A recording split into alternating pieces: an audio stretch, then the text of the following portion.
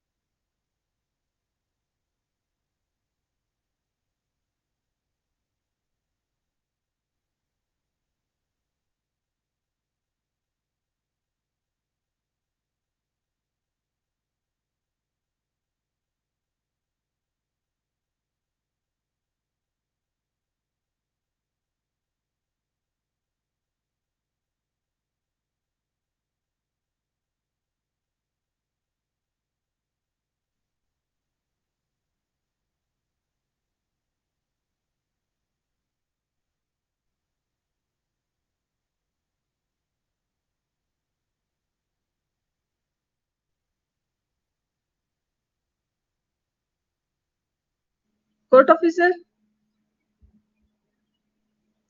Court officer.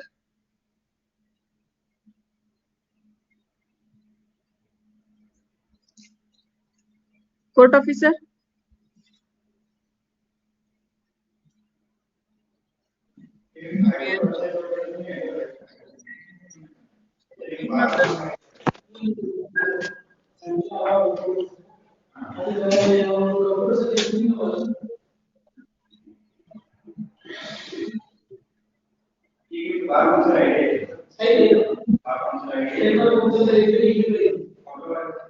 Madam.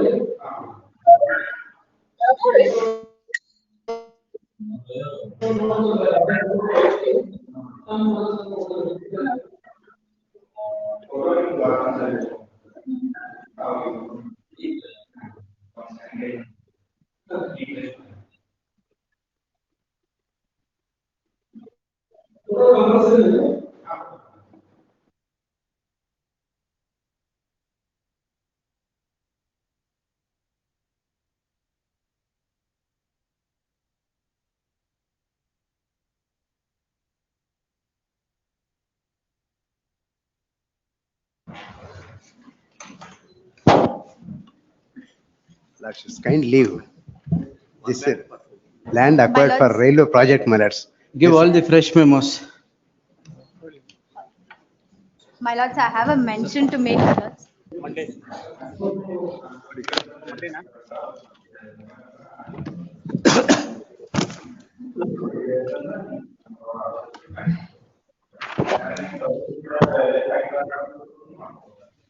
Fresh memos of all discipline, GMCPC, LAPD, CRP ಎಲ್ಲ ಕೊಡಿ. ಎಲ್ಲ fresh ಕೊಟ್ಬಿಡಿ. Pending I'll take, first give off all the fresh matters. ಆಯ್ತಾ? Yes, ಏನು? Fresh matter. Fresh matter pending ಕೊಡಿ. It will come, not on Monday, it will come. Monday is only fresh matters. Whether it is 250 or 300, only fresh matters. Yes. You are for the wife. So what? Huh? Yeah, ಕೇಳಕ್ಕೇನು? Because you are for the wife, you want all this at 2:30? Then give it. ಆಯ್ತು, ಎಷ್ಟು ದಿನ ಆಗಿದೆ stay ಆಗಿ? ಕೊಡಿ. Yes.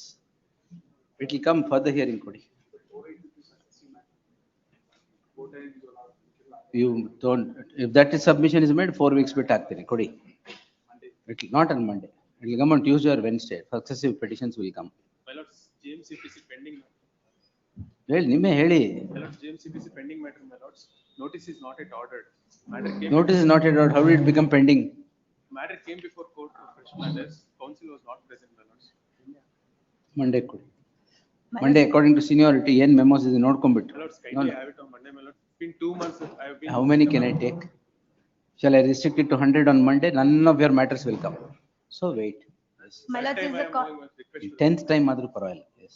my lords, is a constitutional crisis, my lords. My Constitutional crisis. Yes, my Then you are lords. before the wrong court. No, my lords, this is with respect to, I am challenging the lower court's order, my lords. How can it become constitutional crisis? My lords, my freedom of speech and expression were curtailed. There's a gag order against removal of 9,000 plus videos. Ah. This is with respect to the Dharmasthala mass You burial. have already case, gone my before the lords. Supreme Court. My lords, the Supreme Court has remanded it back that we must approach the High Court first. Give it. Please, 2:30 today, my lords. 2:30 today. Please, my lords. Please, my lords. Ah, good. One matter. The trial court is not extending the matter. Why is Trying that? to disperse the stay Why trial court is not extending? without any reason. Without any reason. Monday. To that, Why? respondent is trying to disperse it. Good. 2:30. Yes.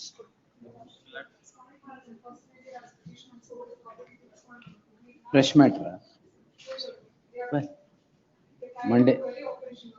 ಪರವಾಗಿಲ್ಲ ಕೊಡಿ. Yes. That is If it's query operation, no queries. Yes, give it. ಅದು ಯಾವ್ದು release ಮಾಡ್ಬೇಡ ಕೊಡಿ. ಆಗಿದೆ. We will release it immediately. Give it. Let it go before GM bench. ಯಾವ್ದು ನೋಡ್ತೀನಿ. ಇವತ್ತಾಗಲ್ಲ. Monday, Tuesday post ಮಾಡಿಸ್ತೀನಿ. for vacating. Give it. Vacating stays application ಇದ್ರೆ ಕೊಡಿ ಅಲ್ಲ. Madam, vacating stays on Wednesday. next Friday. That's it. Land has been notified for acquisition for construction of railway bridge, railway lane, my lords, in Belur Taluk. There is 2 landowners who have challenged. They stay operating in Tuesday. Houston.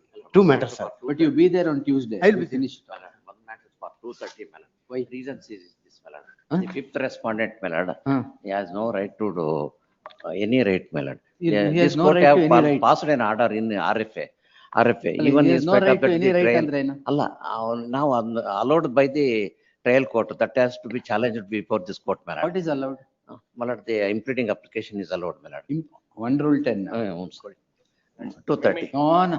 Amendment of written statement. Amendment 1 rule 10 will urgency and Wednesday. 2:30. Nothing. 2:30. Amendment of the written. No 2:30, sir. No 2:30. 1 rule 10 will in urgency. Amendment of the written statement has been rejected, my lord. The same contention has been included in the affidavit evidence. So on that ground, I am challenging, my lord. Kindly 6/8 ಗಿದೆ ಸ್ವಾಮಿ date. ಯಾವತ್ತಿಗಿದೆ? 6/8 ಗಿದೆ ಸ್ವಾಮಿ. Any date before. 30ಕ್ಕೆ ಬರುತ್ತೆ. Please. Partition should not pending since 18 years. Pending since 18 years before this court. ಅಲ್ಲಿ ತಾನೆ ಏನಾಗಿದೆ speedy disposal ಮಂಡೇಗೆ ಹಾಕಿ. ಹಾ fresh pending ಕೊಡಿ.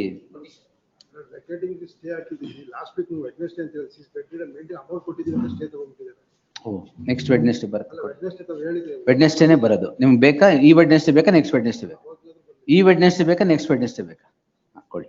S last week ಬಂದಿಲ್ಲ. ಹಾ Last week ಹೇಳಿದ್ರೆ ಬಂದಿಲ್ಲ. ಆಯ್ತು ಅಂದ್ರೆ ಈ ವೀಕು ಹೇಳ್ತಾ ಇದ್ದೀನಿ ಬರುತ್ತೆ. Yes My lord, there is a transfer petition connected with the. Transfer petition you have filed another petition, is it? Yes, my lord. Why? It is connected with the existing petition, my lord. Want it on 6th of next month. When is that petition listed? 6th of next month, my lord. We'll post this also on 6th of next month. Right, 6th. Much obliged. Fresh matter, my lord. 6th, what? Fresh matter, my lord. 2:30. Why 2:30? My lord's defendant evidence is closed and matter is posted for arguments before When? the trial. 29 of this month. 20 Monday ಆಗ್ಬೋದಲ್ಲ ಮತ್ತೆ 28th ಕೊಡಿ. My lord's 28th hockey madam ತೊಗೊಳ್ಳಿ. FR WP ಆಗಿದೆ, FR number FR. Comply ಮಾಡಿ first. ನಂಬರೇ ಇಲ್ವಾ? Lord's filing back. Give it back, take it. Don't throw any piece of paper here. No, my lords. Yes, be responsible. Give it. With 5/8 the other matter is being given. This is not ಯಾವ್ದು education ಮ್ಯಾಟ್ರಾ? education, this is a covered matter. This logic says a state. Tuesday. 5/8. Tuesday. The matter is coming on 5/8. The other matter is also coming on. Sir ಇದು ಅದ 5/8ಗೆ ಕೊಡಿ. ಆಯ್ತು ಕೊಡಿ ಎಲ್ಲ. Both the RFAs are filed for the same cause of. RFA ಇಲ್ಲಿ ಯಾಕೆ?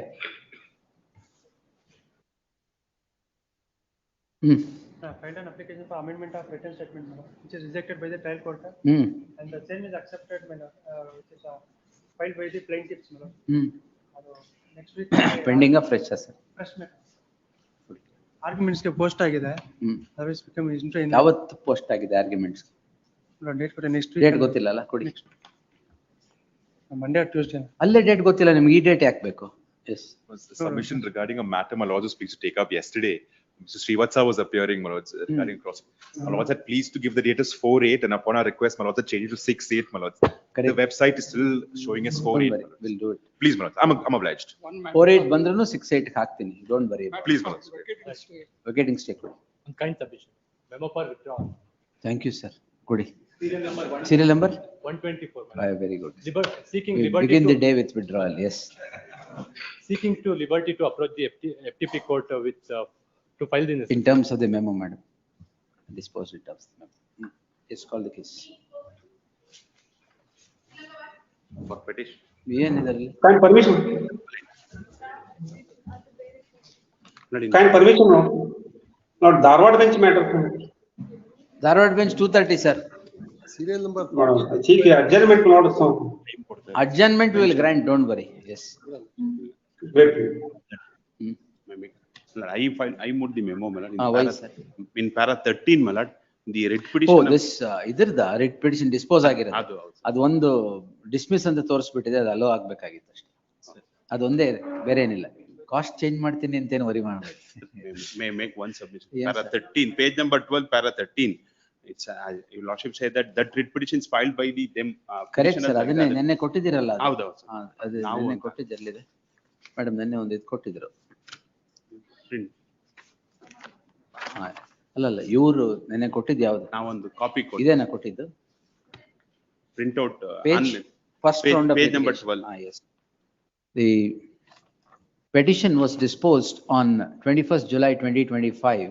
Owing to certain typographical error, the respondent has moved the petition, moved a memo for being spoken to. In the indication first round of litigation, it is shown that it is a litigation by the original grantees. However, it is a litigation by the society. Therefore, the words original grantees should be replaced by a third respondent, another. Third respondent number 3. Which respondent? 3. Respondent number 3 society. ಅಲ್ಲೇ madam ಇಲ್ಲೂ ಒಂದು ಬರ್ದಿದೆ ಅದೇ ತರ, dismissed ಅಂತ ಇರೋದು allowed ಅಂತ. Allowed ಅಂತ. ಗೊತ್ತಾಗುತ್ತೆ, ಹೇಳ್ಬೇಕು. ಡಿಸ್ಮಿಸ್ಡ್ ಅಂತ ಇರೋದು ಅಲೋ ಮಾಡ್ಬೇಕು. Sorry, kindly see the page number 17. Consequence of that, page number 17 ಸ್ವಲ್ಪ modify ಆಗಿದೆ. 17 ಏನದು? Page number 17. ಹಾ, ಅದ್ರಲ್ಲಿ again first writ petition dismiss ಆಗಿದೆ ಅಂತಿದೆ. Third line. The writ petition came to be dismissed again by the which one? second. Page 17 ಅಲ್ಲ? 17 ಇಲ್ಲಿ middle page ಆಮಲ್ಲ. This writ petitions came to be dismissed again by an order dated 11/3/97 by the very same single judge who had dismissed ಅಂತಿದೆ. ಅದು first writ petition allow ಆಗಿತ್ತು ಅಂತ. Who had allowed the dismissed. ಇಲ್ಲಿ ಇಲ್ಲೊಂದು ಇದು ಮಾಡಿರ್ತೀನಿ, circle ಮಾಡಿರ್ತೀನಿ L B ಅದರಲ್ಲಿ. Sorry, my lord. ಹಾ, Sorry. ಅದನ್ನ ಹೇಳ್ಬೇಕು ನಾನು. ಡಿಸ್ಮಿಸ್ಡ್ ಅದರಲ್ಲಿ ಅಲೋಡ್ ಅಂತ ಮಾಡಿ. ಅದು next sentence ಸ್ವಲ್ಪ ಇದೆ. This becomes second dismissal ಅಂತಿದೆ. ಅದು first dismissal. This becomes second ಬದಲು first. Oblige. ಕೈಯಲ್ಲಿ ಬರ್ದಿದ್ದೀನಿ ಲಾವಣ್ಯ, ಗೊತ್ತಾಗ್ತದೆ. Oblige. ಇದು ತಗೊಂಬಿಡಿ. Lord's kind permission, my lord. The Lord's kind permission. ಇದಾ ನೀವು ಇದ್ದೀರಾ? ಇಲ್ಲ, ಇದರಲ್ಲಿ I have to move a memo, my lord. In state ಅಂದ ತಕ್ಷಣ ಯಾವಾಗ ಬೇಕಾದ್ರೆ ಮೂವ್ ಮಾಡ್ಬೋದು. ಮತ್ತೆ I apologize, my lord. I had to rush from the other court. ಹೇಳಿ. This is a matter, my lord, where an arbitral award has been passed. You know, the ಏನ್ commercial- urgency ಏನು? urgency is that, my lord, that they're going to issue an warrant against the. They are going to issue. Yes, so the commercial court is going to issue. We are. Let it issue, ಆಮೇಲೆ ಬನ್ನಿ. Illa, my lord, the matter is to be posted on the second before the commercial court. The IAs filed by us were not considered. Monday ಹಾಕೋಣ. Monday. Yes. Grateful.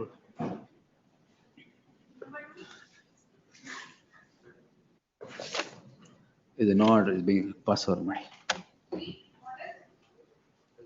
For the petitioner, the lordship had allowed the petition on behalf of accused number 1 and 3.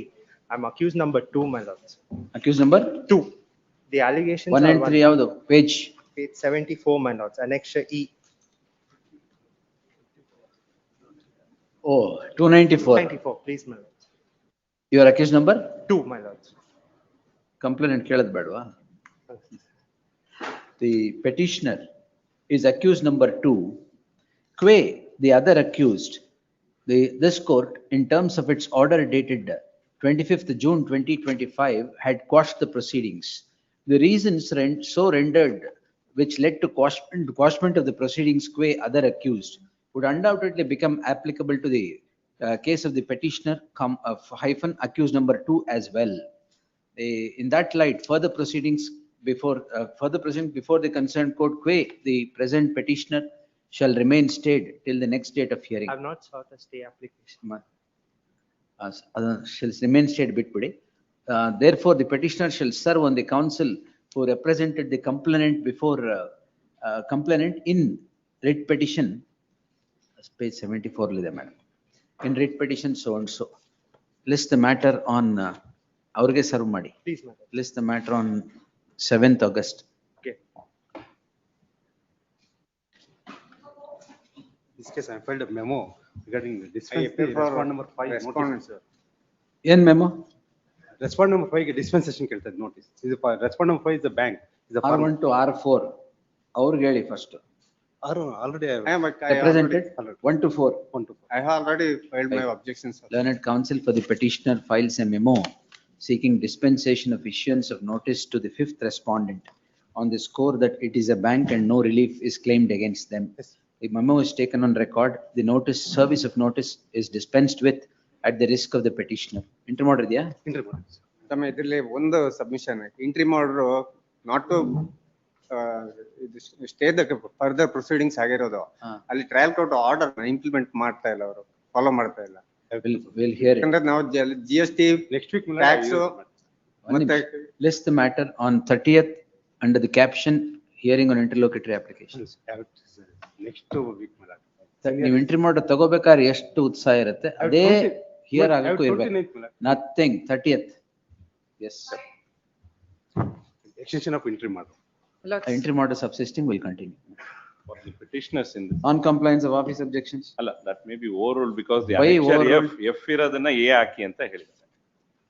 ಅದನ್ನು ಮಾಡೋದ್ ಕಷ್ಟ. ಅಲ್ಲಲ್ಲ, ಮಾಡ್ತೀನಿ ಇಲ್ಲ ಅಂತ. ಅದ್ಯಾಕೆ over rule ಮಾಡ್ಬೇಕು? I will do. F ಇರೋದನ್ನ A ಮಾಡೋದ್ನ ಓವರ್ ರೂಲ್ ಮಾಡಿ ನೀವೇನ್ ಮಾಡ್ತೀರಾ? ಅದನ್ನ ಫಸ್ಟ್ ಇದಕ್ಕೆ ಹಾಕ್ಬೇಕು, ಏನ್ ಮಾಡ್ಬೇಕು ತೆಗ್ದು. I will do it. ಸರಿ, ಏನ್ ಇಂಟ್ರಿ order ಇದೆ? Interim order may kindly be extended. They filed the car. I will file the counter to their objections. You are the judgment debtor. No. Suit for ejectment. That is regarding your lordship has heard the matter regarding that not bringing of the LRs. Oh, the other person is there, yes. LRs. I will file the counter to their objection along with the documents. Alla. After interim order, this has been going on.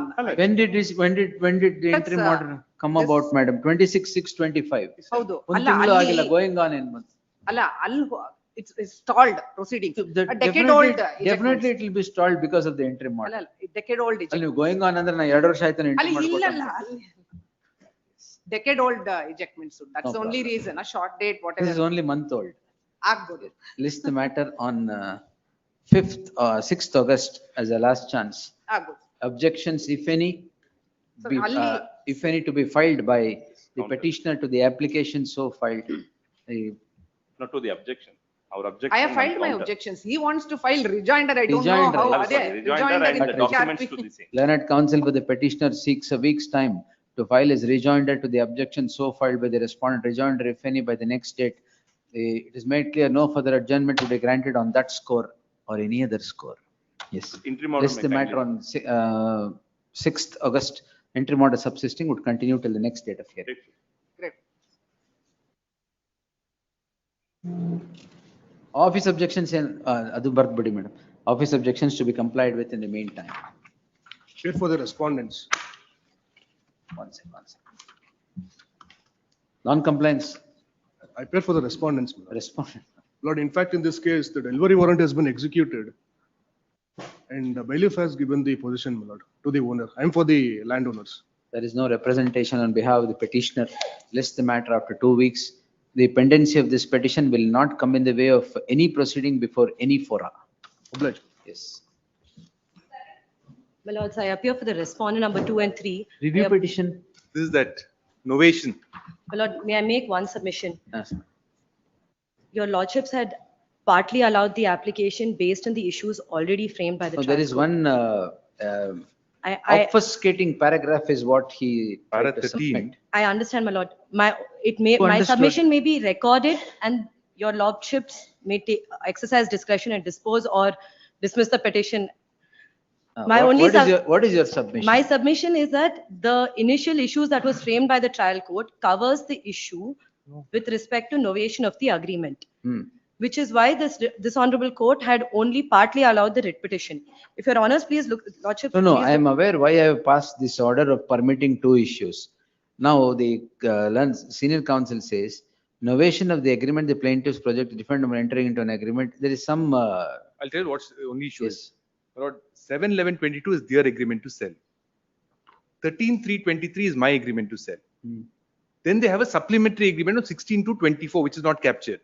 That is the novation, not the sale deed. The novation is between 7/11/22 and 16/2/24. Anyway, I'll correct that. That's all right. No. That doesn't mean that I will permit that issue. So that issue has to be there. My lord, may It would be rehearing the matter. Not rehearing, my lord. On the question as to whether now please see this. I have specifically raised the ground of novation in my written statement. Your lordships have recognized, my lord, that. 1 minute. The other inclusion that is sought is Yes. whether there has been novation of the agreement. Correct. The novation of the agreement, the plaintiff's project is defendant number 1 entering into agreement of sale With the plaintiffs, that's incorrect. Defendant number one entering an agreement of sale with the plaintiffs is one. Actually, And again entering into no, a it is like this, Lord. Defendant number one, Tejeshwari, entering into an agreement of sale with the defendants, the other defendants, entering into an agreement of sale with me, that is not novation also. The novation is two agreements with them. The second agreement novates the first, which is why I become the first agreement holder. No, that issue is already there, I guess. No, that's My not lord, there. may I please 1 minute. request your honors to please take page 31, issue number 5, which is already passed. I had raised that as a specific issue, my lord, in my list of issues. Which is that, madam? Page 31, issue number 5, whether defendant number 2 and 3 prove that 35. 31 of the paper book. 31 of the paper. That's my order. No, 31 is your lordship's order at page Lordship's 5. order which has extracted the issues that have been named by the 31, trial. issue number 5. 5, whether defendant number 2 and 3 prove that in Had view of the executed registered registered sale agreement deed, of sale dated put them in 7/11/2020 and supplementary agreement with respect to the suit schedule. It's already there. That doesn't take care of my defense. All right. As a matter of fact, your lordship may grant me 1 minute then. First, of course, not that paragraph does not consider the issue of what novation was. Now, please see my statement, not with my written statement. Now, review would be rehearing the entire No, issue. it's not rehearing, Lord. I would respectfully submit an error, my lord, which I would No, submit it's as not apparent. on the face of the On the record. face of it, yes. Please see page 81. No, that's what it will be rehearing the matter. No, it is not, Lord. But your lordship has to see what I'm saying. Okay, yes, sir. Only on one point. Yes, sir, tell me, sir. 81, please see 16B.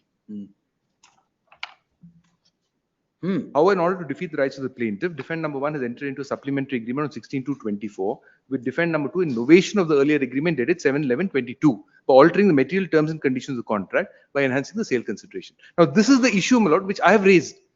Now, that is not there as an issue at all. Not necessary. But novation has to be an issue. None of the issues were there. Which one? None of your issues were permitted, I said. By the trial court. Which is why I came in writ petition before That's your why I lordships. permitted some. But novation as an issue, Supreme Court, one judgment which I had placed last time. I'll just point it out. Anyway, your lordship may see it. I'm in your lordship's hand ultimately. It would be rehearing the matter. No, but please see this. It's not rehearing, my lord. It is your lordship has considered the question as to whether novation should be there, but there's no answer on it. Where have I considered the question? Para 13. No, that is what. Your lordship may I read this? Other Tell it inclusion that with is sought. defendant number 3. One 2, minute. 3. I will clarify. No, No, please see this. Other inclusion that is sought is whether there has been novation of agreement. Then your lordship says the application deserves to be allowed. Where? Please see the next sentence. Novation of the agreement That plaintiff's like the project. application deserves to be be allowed. allowed. In the sense, we'll make it. We'll Then please clarify. see. All right. I'll not say anything more, my lord. Please see this one judgment. On novation. Agree. Para 16. No. I'm sorry. I think I'm giving your lordship the marked copy. So what? Where is it? Unless there is a detailed plea and also evidence that before the execution novation of the parties expressly agreed to give a go by. That's the paragraph. We'll consider. Now, that's one more. And one more, my lord. Please see para 81 and 82 of this judgment. That issue has to be there. Court of Kodia. May I request for a copy, sir? I'll give you both. Yes, my madam. copies. I'll give you I both requested copies. for a copy of the judgment. Copy Kudi. Just I'll go give- through it. I'll pass it over. I'll give it right now. It's only one part. I'll just read one line and then I'll give it to you. I'll give it. I'll just read one line. Yes. 81. Lastly, so and so contended amounts of novation of the contract. In our opinion, on the ground of issue of novation is a mixed question of law and fact being raised for the first time. Said issue is required to be urged evidentially scrutinized by the courts below. In absence of such factual findings, it's not possible to such. Let us see. Pass over. Pass over, but come at 4:30. Finish all your work and come. But bring it within the parameters of review. Order 47, Rule 1. My submission only is that your lordship has extracted the issue of novation, but because your lordships appreciated novation from a different point of view, which is not what we had projected, the issue is not framed. That's my only submission. Get the judgment also. Those two judgments. These two Adala, judgments. review. On review, my lord, I would only say, if your lordship has applied a test which was incorrect, the answer has resulted in being incorrect. That's all. Rohan. No, no. Get 2013 ATCC page 320. Yes, paragraph 20 and 21 in that.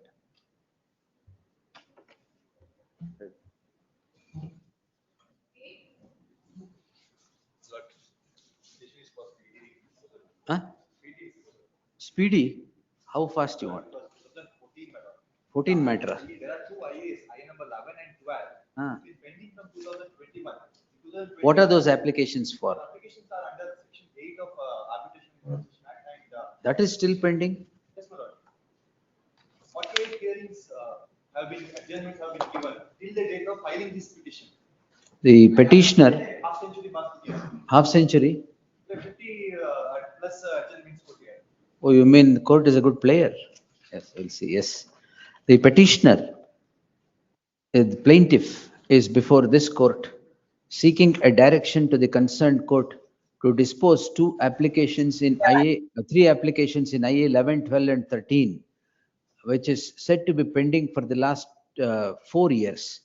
The learned counsel would take this court through the documents appended to the petition to demonstrate that by the date of filing of the subject petition, the adjournments that were granted in the case at hand was at 46.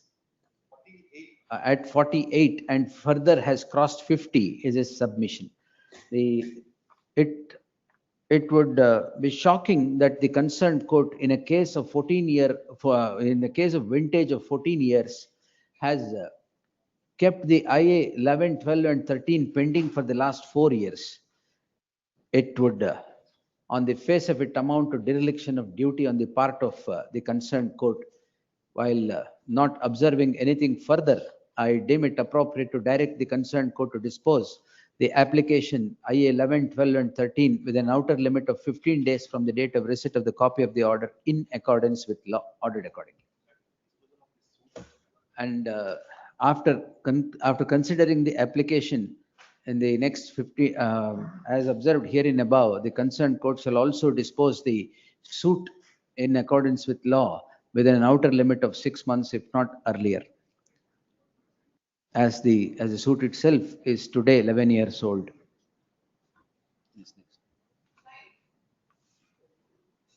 Extension of 3 months.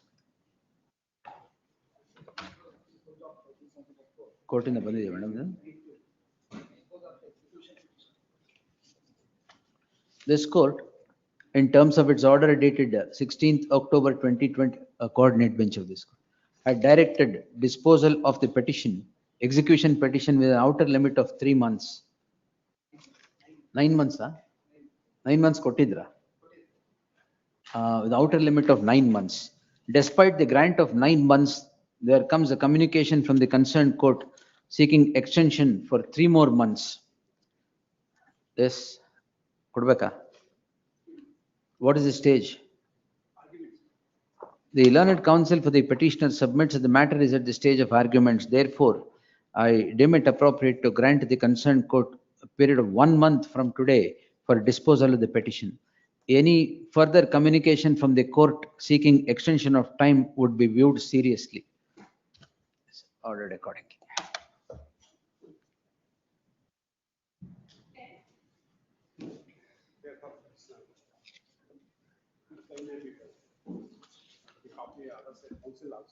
Please, my lord, I appear for the respondents. I filed my wakalat yesterday. Learned counsel so and so submits that he has entered appearance for the respondent, registry to print the name of so and so as appearing for the respondent. List after 2 weeks, interim order subsisting will continue to the next date of hearing. List on 13th August. Much obliged. Yes. Settlement. Agilwa. Everything will be resolved. What is happening? Every day they are coming up with one proposal. I agree. Next day they change. They come up with a new proposal. Then everything. Then I will dismiss. Anyway, petition is not entertainable only. I will dismiss it right away. Anything else? Nim settlement andide kottid. Otherwise, yen case illa idralli. No case at all. They didn't agree before the mediation set. All the suit, everything will be resolved. First is that. After all, the court has ordered for redeposit. Nothing. No interim Anything order. else? That is to their shared knowledge because Interim order is also not been complied, my lord, granted by this honorable. What is the interim order? That they were directed to deposit 80 lakhs before the trial court. Direct to deposit? 80 lakhs, not entire amount. Even that has not been complied for last 6 months. Where is that order passed? No submission, wait, madam. Kindly, Overindulgence is bad. 29th April, my lord. 2020. The coordinate bench of this court had granted a conditional interim order on 20/12/2024. The order reads as follows. The petitioner, the execution proceedings were stayed subject to the condition that the petitioner would deposit 80 lakhs before the executing court within 2 weeks from 20/12/2024. 8 months have passed by. 7 months have passed by and not a rupee of deposit has been made. Is the 18 lakhs they have deposited. 7 months have passed by. Only 18 lakhs has been deposited as against 80 lakh that was directed to be deposited. Therefore, on the face of it, the interim order, conditional interim order is breached, and the breach of it would undoubtedly lead to vacation of the same. Therefore, the interim order stands vacated. The pendency of this petition will not come in the way of any further proceedings before any fora. Yes, next.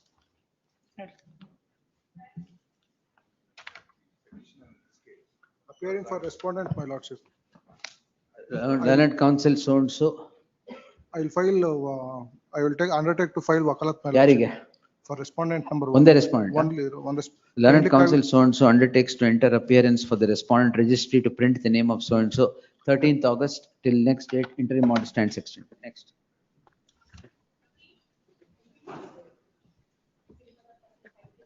What? I'm appearing for a respondent in 13.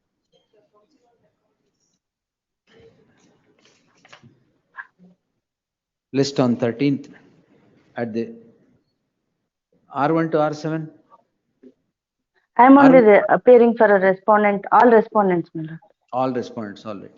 The registry to delete the indication of furnishing of PF as Veena V undertakes to has entered appearance for all the 7 respondents. List the matter. Yesterday I have filed wakalat. Oh, entered, yes. List the matter on 13th.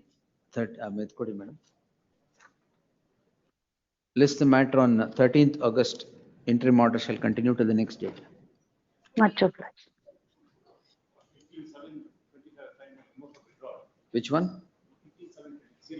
In terms of memo, madam. Withdraw.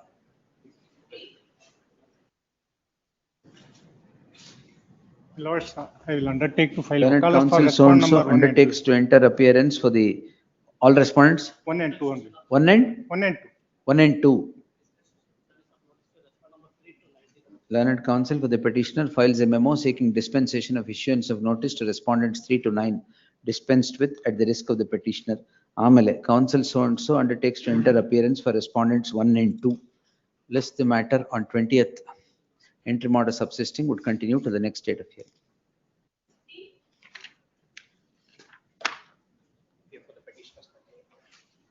Post immediately after service of notice upon the respondent. Interim order subsisting would continue to the next date of hearing. Comply madidira? Respond number 2. One of the nenne idid office revision comply agidya ilva? Respect to one of the sections that I have not produced certified copies of caution and annexure, and the survey number is not forthcoming in the preliminary notification. Partially complied. I filed an IA for dispensation because I filed an IA application to procure the notification. Learned counsel submits office objections have been complied. Though indication is partially complied, he would submit application is filed seeking dispensation. Registry to put up the application for dispensation on the next date. Yes. List the matter on Monday in preliminary hearing. Yes, next.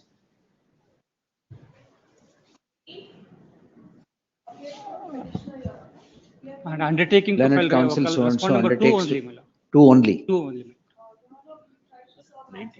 18. Affidavit.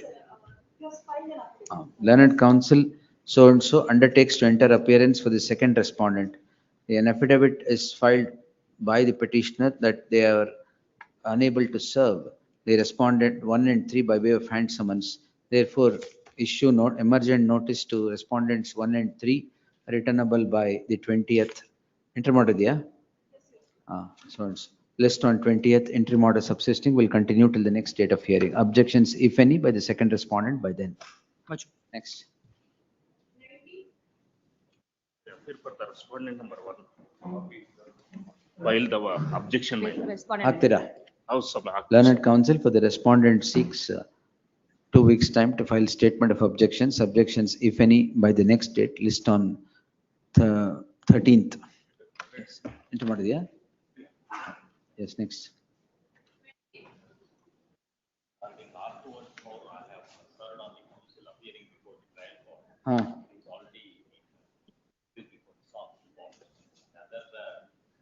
List on 20th, awaiting the representation of R2 and 4. Interim order subsisting will continue to the next date of hearing. Next. Deficit process fee. Will vacate the interim order. Learned counsel submits, needful has been done, office to verify. Mike. Only the rank of the parties, one more objection is there. The office objections During be the course of the complied day, we with will by the comply. next date. List the matter on 6th. Please. Interim Next. order, Mike. Interim order, yeah. Then list the matter on 20th. Interim order subsisting will continue to the next date of hearing. Yes.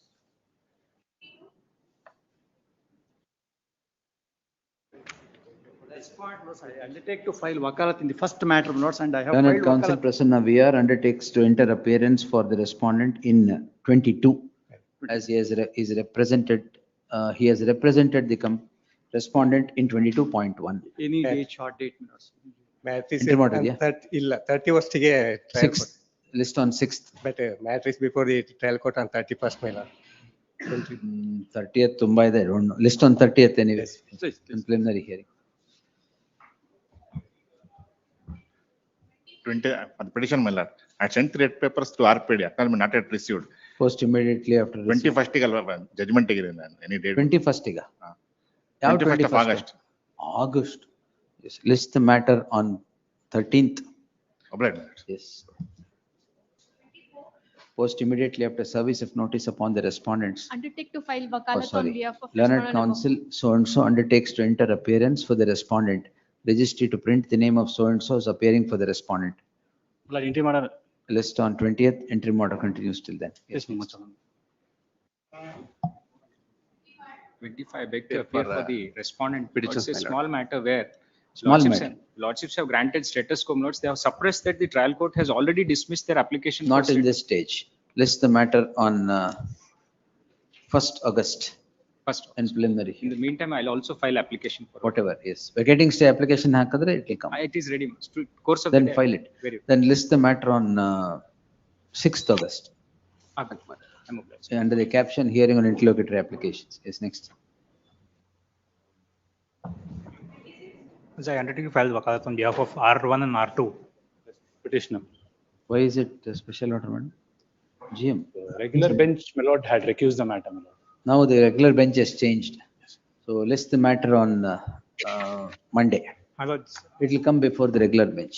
my interim order to be extended. Interim order subsisting would continue till the next date of hearing. appeal for respondent number 1. Petition. So respondent number 3. My lord, I appeal for respondent number 2 and 3, my lord. Respondent number 3, I filed wakalat. Respondent number 2 Lavanya is HPR. Hi, my lord. Ah. I am filing that one endorsement which is issued by the BBMP that whatever that appellate's petitioner contention, that's a site, it's a road. In the 2002 only they said it's a road. After List on 28th, Monday. Shall I submit here? Learned counsel for the respondent BBMP. Files, madam, memo na? Endorsement issued by the Memo BBMP. along with a document hyphen, an endorsement issued to the petitioner. ಇದರಲ್ಲಿ one submission, sir. Monday. Respondent number 3, I have filed wakalat. Respondent number 2 is out of station. Out of state, Monday, sir. Out of Yes. station is at Monday US. 30th Yes, account. sir. Yes. ಅಲ್ಲ 30th account driver. No, no, no. 30th, 100 ಮೇಲೆ ಇದೆ. Monday, yes. Next. So appear for the petitioner, the notice to all the respondent has been served and acknowledgement has been filed, my lord. The registry may be directed to. Learned, respond number 2 na. 1 2 for respondent number 3, your lordship. R3 already there. Learned counsel submits needful has been done, office to verify. List on 13, interim order subsisting will continue to the next date of hearing. Great. 29, post immediately after service of notice upon 3, 4 and 7. Lord, so far as respondent number 3 is concerned, my lord, I may be permitted to serve on standing counsel, my lord, N. Harish. ಆಮೇಲೆ R4, I have served the copy, my lord. ಆಮೇಲೆ R7 on the learned counsel for the petitioner is permitted to serve on the panel counsel for the third respondent post immediately after service of notice upon R4 and R7. interim order may be. Interim order subsisting will continue till the next date of hearing. My lord, I have filed wakalat for the first respondent today. I'll file wakalat for the second respondent also in a day or two. Learned counsel P.B. Raju submits that he has already entered appearance for the first respondent and would undertake to enter appearance for the second respondent. Registry to therefore to print the name of P.B. Raju as appearing for respondents 1 and 2. Entry ಮಾಡಿದೆಯಾ? Entry ಮಾಡಿದೆ ಅವ್ರಿಗೆ ಯಾವತ್ತು ತಮ್ಮ convenience 20. First or second? ಅಷ್ಟು ಜಲ್ದಿ ಆಗಲ್ಲ. 6th. My lord, some urgency. List on 6th August. Please. Interim order subsisting will continue till the next date. Heard the learned senior counsel P.R. Ramesh and that first time. Next. I have served to R1, your lordship, R2, they have refused, I have sent through post. Undertake So affidavit. Memo I am filing. ನೀವು ಯಾರಿಗೆ? R1 ಗೆ undertake to file wakalat. Learned counsel undertakes to enter appearance for the first respondent. Registry to print the name of so and so is appearing for the first respondent. The learned counsel files Postal track. Postal track. the postal track sheet indicates that the second respondent has refused notice. In that light, the registry to print the name of second respondent and show the said respondent as served. A week's accommodation. List on 6th. Please, published. Interim order. 6th. Interim order subsisting will continue to the next date of hearing. Thank you. Next. So far as respondent number 2 and 3 concerned, my lords, I'm seeking dispensation because they are not contesting before the trial court. Memo. Please. ಎಲ್ಲಿದೆ? Sir. Learned counsel files a memo seeking dispensation of issuance of notice to respondents 2 and 3, my lords. 2 and 3. 4. 4, I have served the copy before the trial court judge, trial court 2 and counsel, my 4. lords. In terms of the memo dispensed with at the risk of the petitioner. Next. Please. Interim order. Interim order subsisting will continue to the next date of hearing. Post after service of notice upon the fourth respondent. Next. Paper on behalf of the respondent, I will undertake to file. Learned counsel, ಯಾರ್ಯಾರಿಗೆ? All respondents. Learned counsel so and so undertakes to enter appearance for respondents 1 to 4. Registry to print the name of so and so is appearing for respondent 1 to 4. Thus completes the service of notice. Interim order ಇದೆಯಾ? List the matter on 13th. Interim order subsisting will continue to the next date of hearing. Petitioner served the copies in other side. Counsel trial court. Waiting the representation of the respondent. List the matter on interim order. EAPB continue, sorry. IO. IO.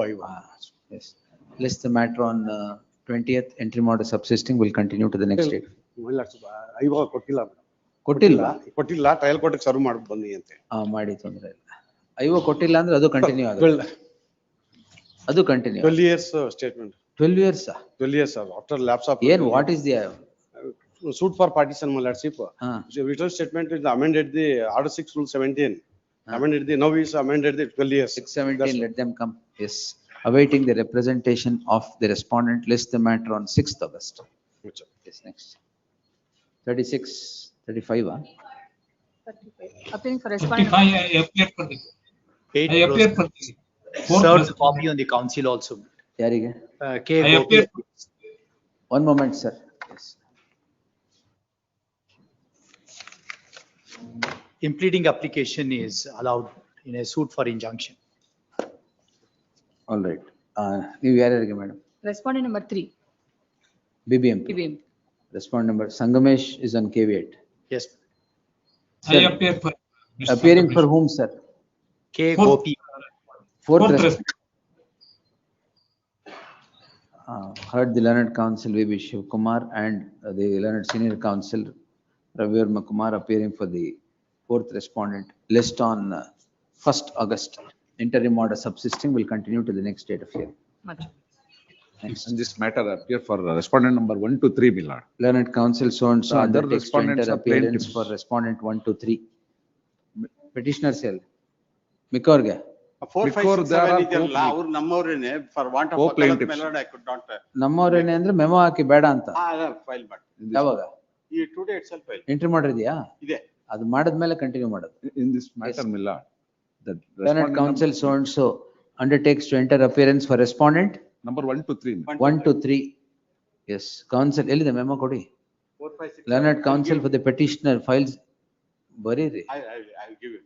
Files a memo seeking dispensation of issuance of notice to respondents 4 to 7. In the light of the memo, the so and so dispensed with at the risk of the petitioner, the interim order subsisting would continue to the next date of hearing. May I make a submission? Objection ಇದೆಯಾ? Objection in the ಮತ್ತೆ? sense, it's an application for amendment. my lord. Technically, that application itself is not maintainable because ಅದರಲ್ಲಿ plaint ಅಲ್ಲಿ ಇಲ್ದಿದ್ದನ್ನ they have ಆಯ್ತು, ಅದನ್ನ here ಮಾಡ್ಬೇಕಲ್ಲ. Not at this stage. List on respondent number 1 is 6th. aged about 78 years. my lord.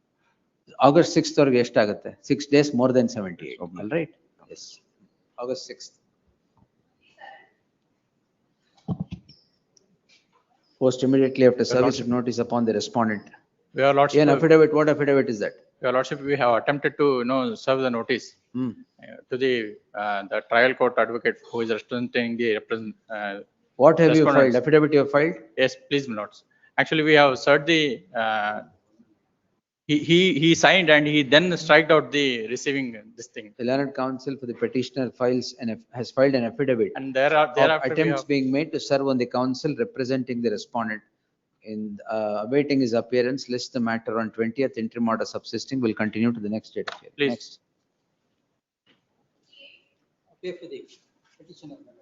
For the respondent number 57 in this case, my lordships. 7. Counsel for 57. R1A. ಹಾಕಿದಿರಲ್ಲ already. Objections ಆಗ್ತದೆ. Basically ಇದರಲ್ಲಿ ಅವರು 50 I'm for the 7. R1A. List the matter on 4 and 18, 21. list the matter on 6th. ಅಲ್ಲ trial court ಅಲ್ಲಿ ಇವತ್ತೇ ಇದೆ. ಇರ್ಲಿ, adjournment ತಗೊಳ್ಳಿ. List the matter on 6th. Obliged. Objections, if any, by the 6th by the respondents, failing which this court would be constrained to grant an interim order. Yes.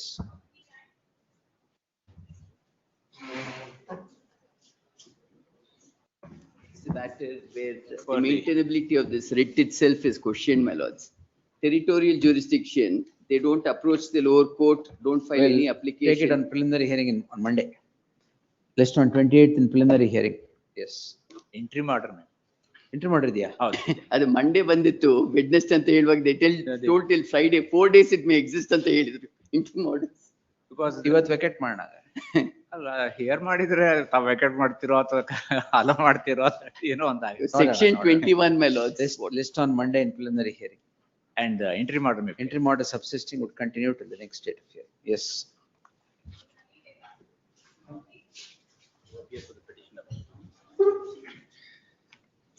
May this honorable court remember that Inam land, my lord, previous to Inam grant itself, the land was acquired by 1 acre 3 guntas. Thereafter subsequently, they filed an application for re-grant of the same, my lord. Re-grant was made. Lords have reserved it for orders. No, I have filed this. ಅದು we'll post it on 20th. ಅವಾಗ reserve Set of McKinley. ಇಲ್ಲದೆ pile up ಆಗ್ತದೆ. McKinley. Interim order ಇದೆಯಾ? ಇಲ್ಲ interim order ಇಲ್ಲ, but I have given certain citations to show that award required. 20th. McKinley. List on one ನಿಮಿಷ 20th 22nd. 22nd. Yes. 41, my lords, I appear for the petitioner. 40? 41, my lords. I appear for the petitioner. Plus, this is insofar as writ appeal before the division bench, my lords. We have tried moving the matter. It's not listed. We're moving it again, my lords. 2020. Yes. List the matter next week. Yes. Great. Next. To recollect this matter, that challenge is with respect to annexure F, wherein that I have contended that after giving permission to this state level, high level committee, the land has been further been notified. Lords have heard this matter again and reserved it for orders.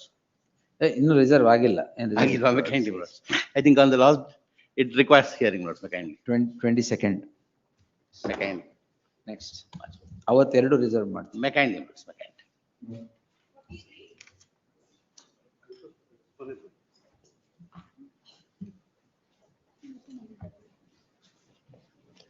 What? Madam, ಎಲ್ಲೇ ಅದು?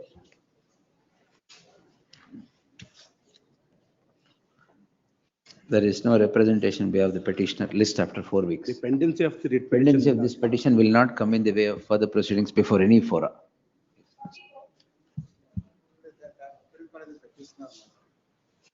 ನೀವು ಅಲ್ಲಿಂದ ಹೇಳಿದ್ರೆ ಕೇಳಿಸಲ್ಲ, ಇಲ್ಲಿ ಬಂದೇ ಹೇಳ್ಬೇಕು. I am appearing by the petitioner, mother. ಅದು ಕೇಳಿಸ್ತು, ಆಮೇಲೆ ಏನ್ ಗೊತ್ತಾಗಿಲ್ಲ. That land bearing survey number 96, mother. It is acquired by the KIDB on 5/12/2006. Objection complied during course of the day, failing which. Notice ಆಗಿಲ್ಲ ಒಂದ್ಸರಿ. Notice ಆಗಿಲ್ಲ ಸ್ವಾಮಿ. Learned counsel PV Chandrasekhar. PV Chandrasekhar already ಇದಾರಲ್ಲ, notice ಆಗಿಲ್ಲ ಅಂತ ಇದ್ದೀರಾ? ಇಲ್ಲ, PV Chandrasekhar ಅವರಿಗೆ ನಾ ಮಾರ್ನಿಂಗ್ ಕೇಳ್ದೆ, ಅವ್ರು ಬ್ಯಾರೆದವ್ರಿಗೆ ವಕಾಲತ್ತು ಕೊಟ್ಟಾರತ್ತೆ. ನಾನು ಅವರಿಗೆ ಕಾಪಿ ಸರ್ವಿಸ್ ಮಾಡಿದ್ದೆ. Registry to delete the name of PV Chandrasekhar is appearing for the third respondent as KB Monesh Kumar has entered appearance for the third respondent. Yes, objections if any by the next date. List the matter on 5th August. Please. 12th August, yes.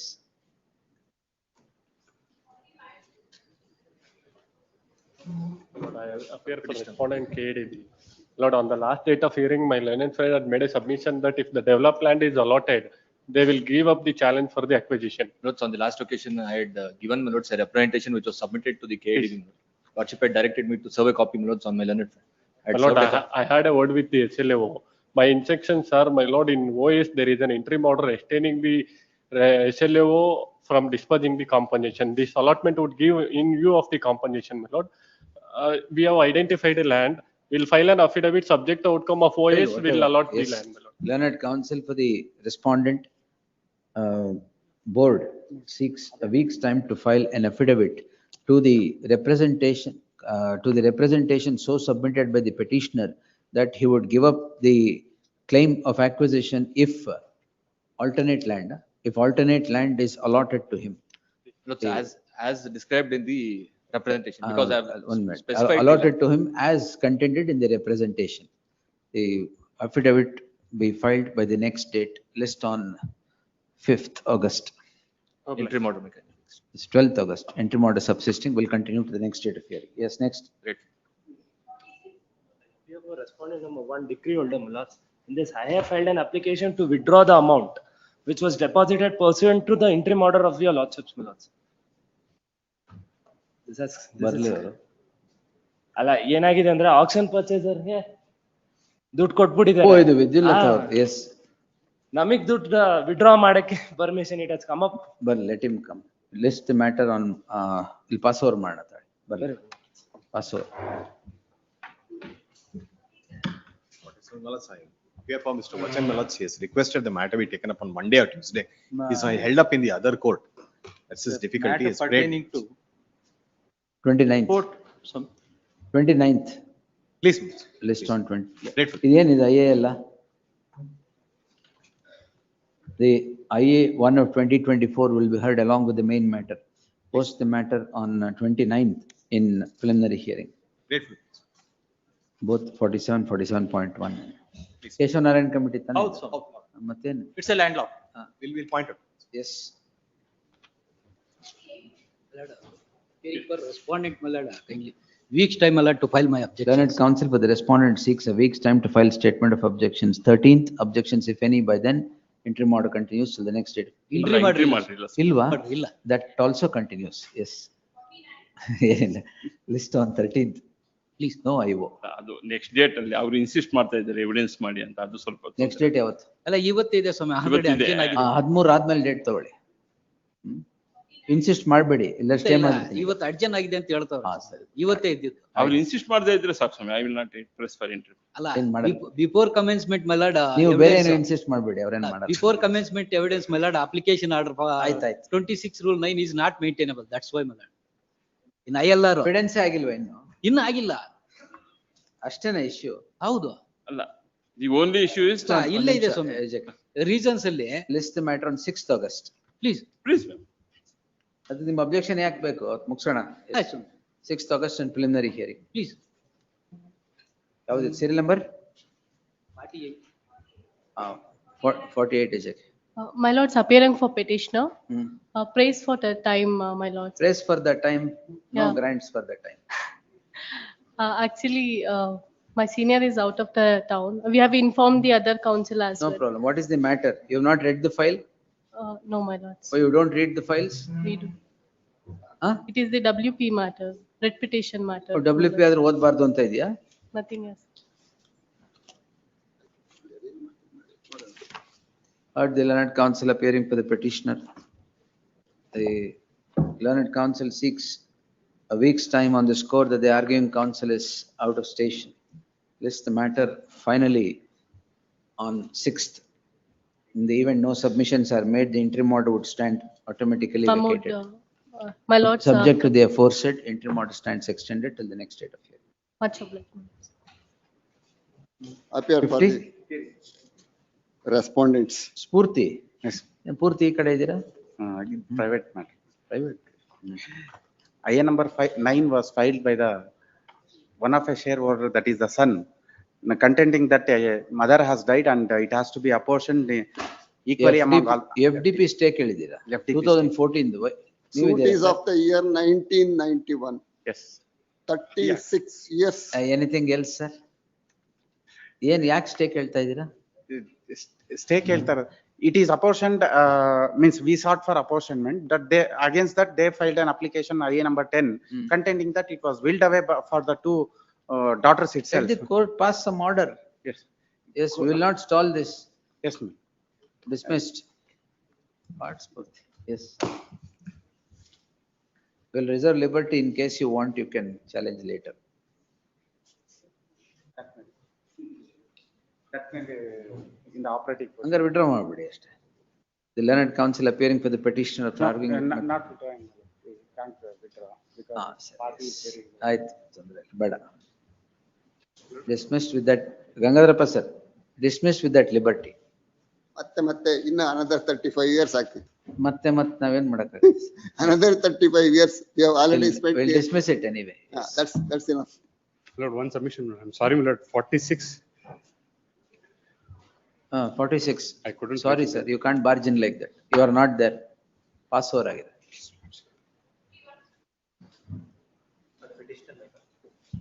R3 appearing online. Senior is appearing online, my lord. ಆಯ್ತು, who is R3? R3 is the sister of the petitioner, my lord. We have taken steps on 4th July second time as well. Awaiting Not the been awaiting the reflected on the representation of the third respondent, list the matter on 20th, interim order My subsisting. lord, in the Supreme Court, my lord, the case has been dismissed, my lord. Regarding that, we are Supreme filing a Court. memo. Please, my lord. I'll ಯಾವ್ದಕ್ಕೆ? file. In the same case, my lord, which was challenged in the Supreme Court. In your favor or against? In our My favor. lord, what has happened? My lord, I appear List for the matter on- petition. List the matter on 20th, interim order subsisting will continue to the next day. ಅದು ಕೊಡಿ ಅದು. Very well, very well. Yes, next.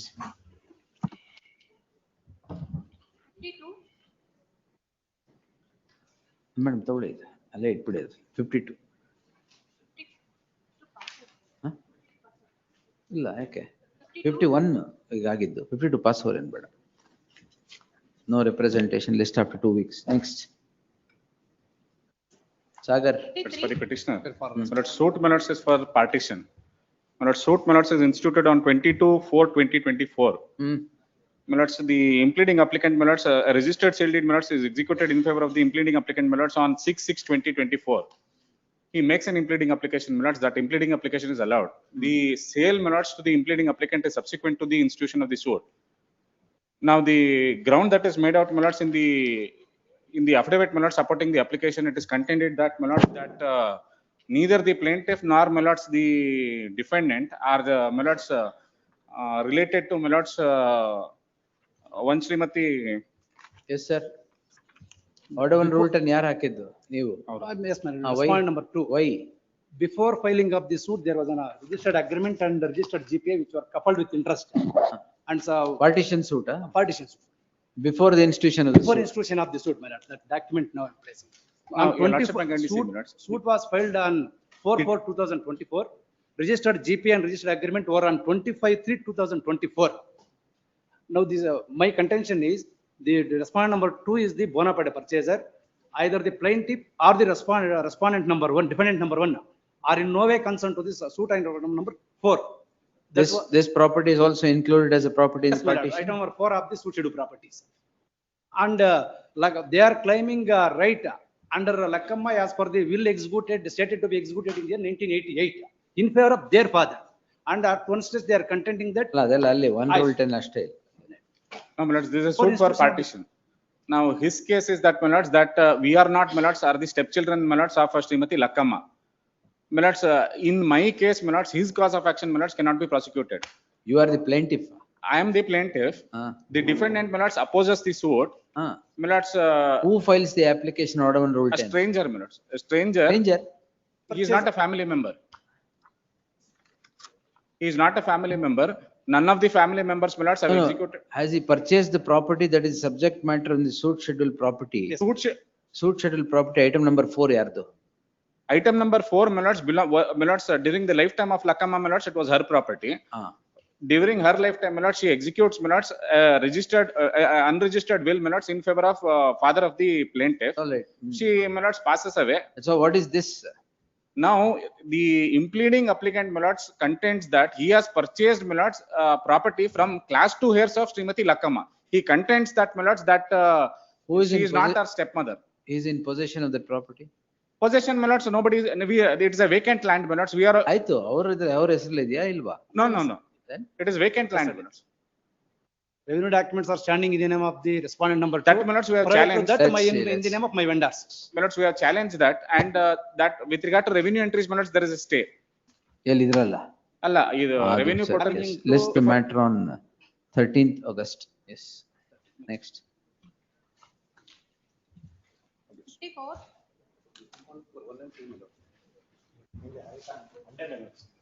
Agency. This matter pertaining to duty and penalty that is payable on the instrument which was not duly stamped. The court has, the trial. There is no interim order. Please, my lords. Monday, my lords. Yes, Monday ಆಗಲ್ಲ. Friday, August 1st. Please, my lords. Next. 55. For petitioner, my lord. The counsel for the plaintiff who has refused to receive the notice, my lord.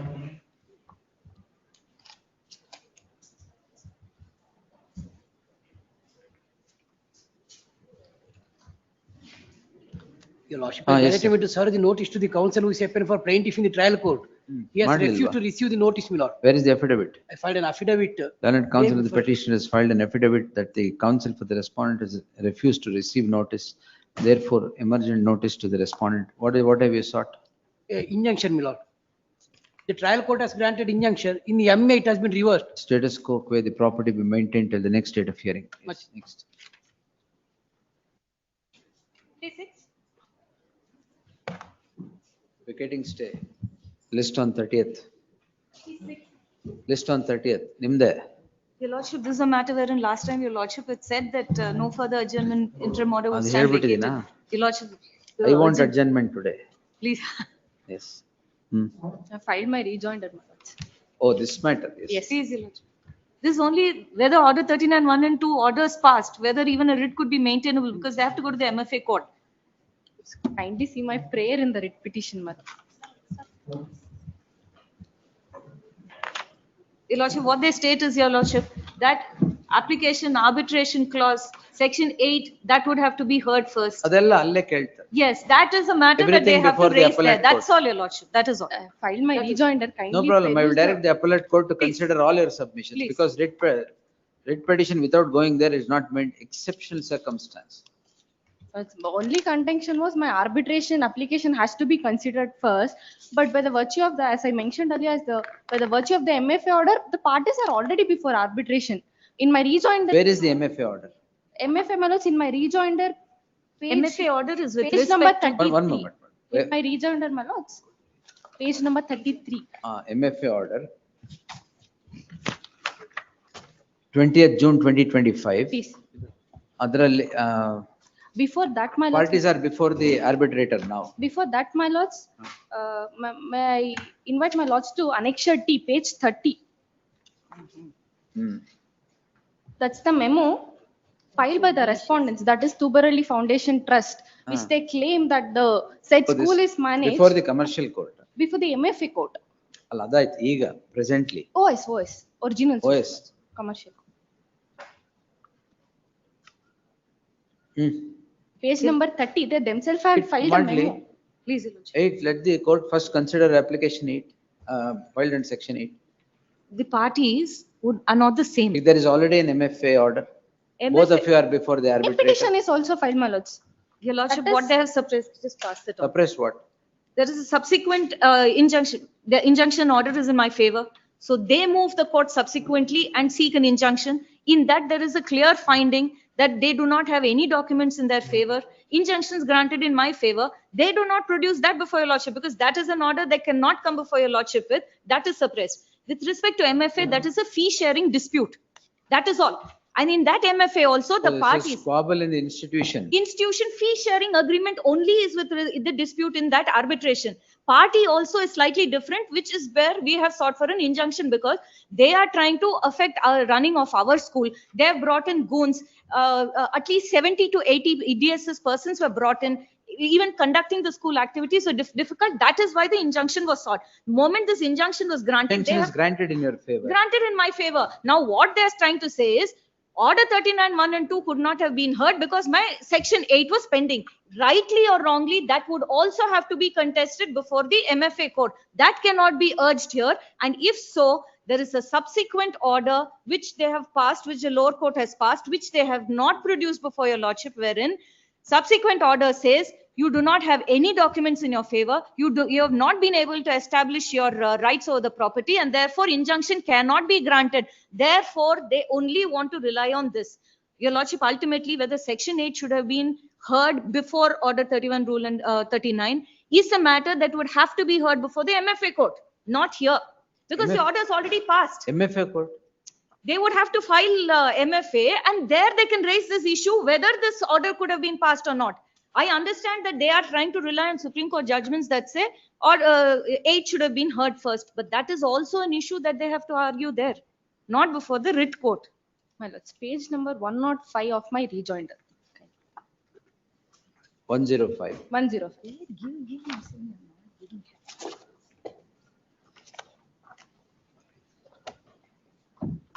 Rejoinder ಹಾಕಿದ್ದೀರಾ? ಹಾಕಿದ್ದೀನಿ. ಎಲ್ಲಿದೆ? 23rd, we have filed it.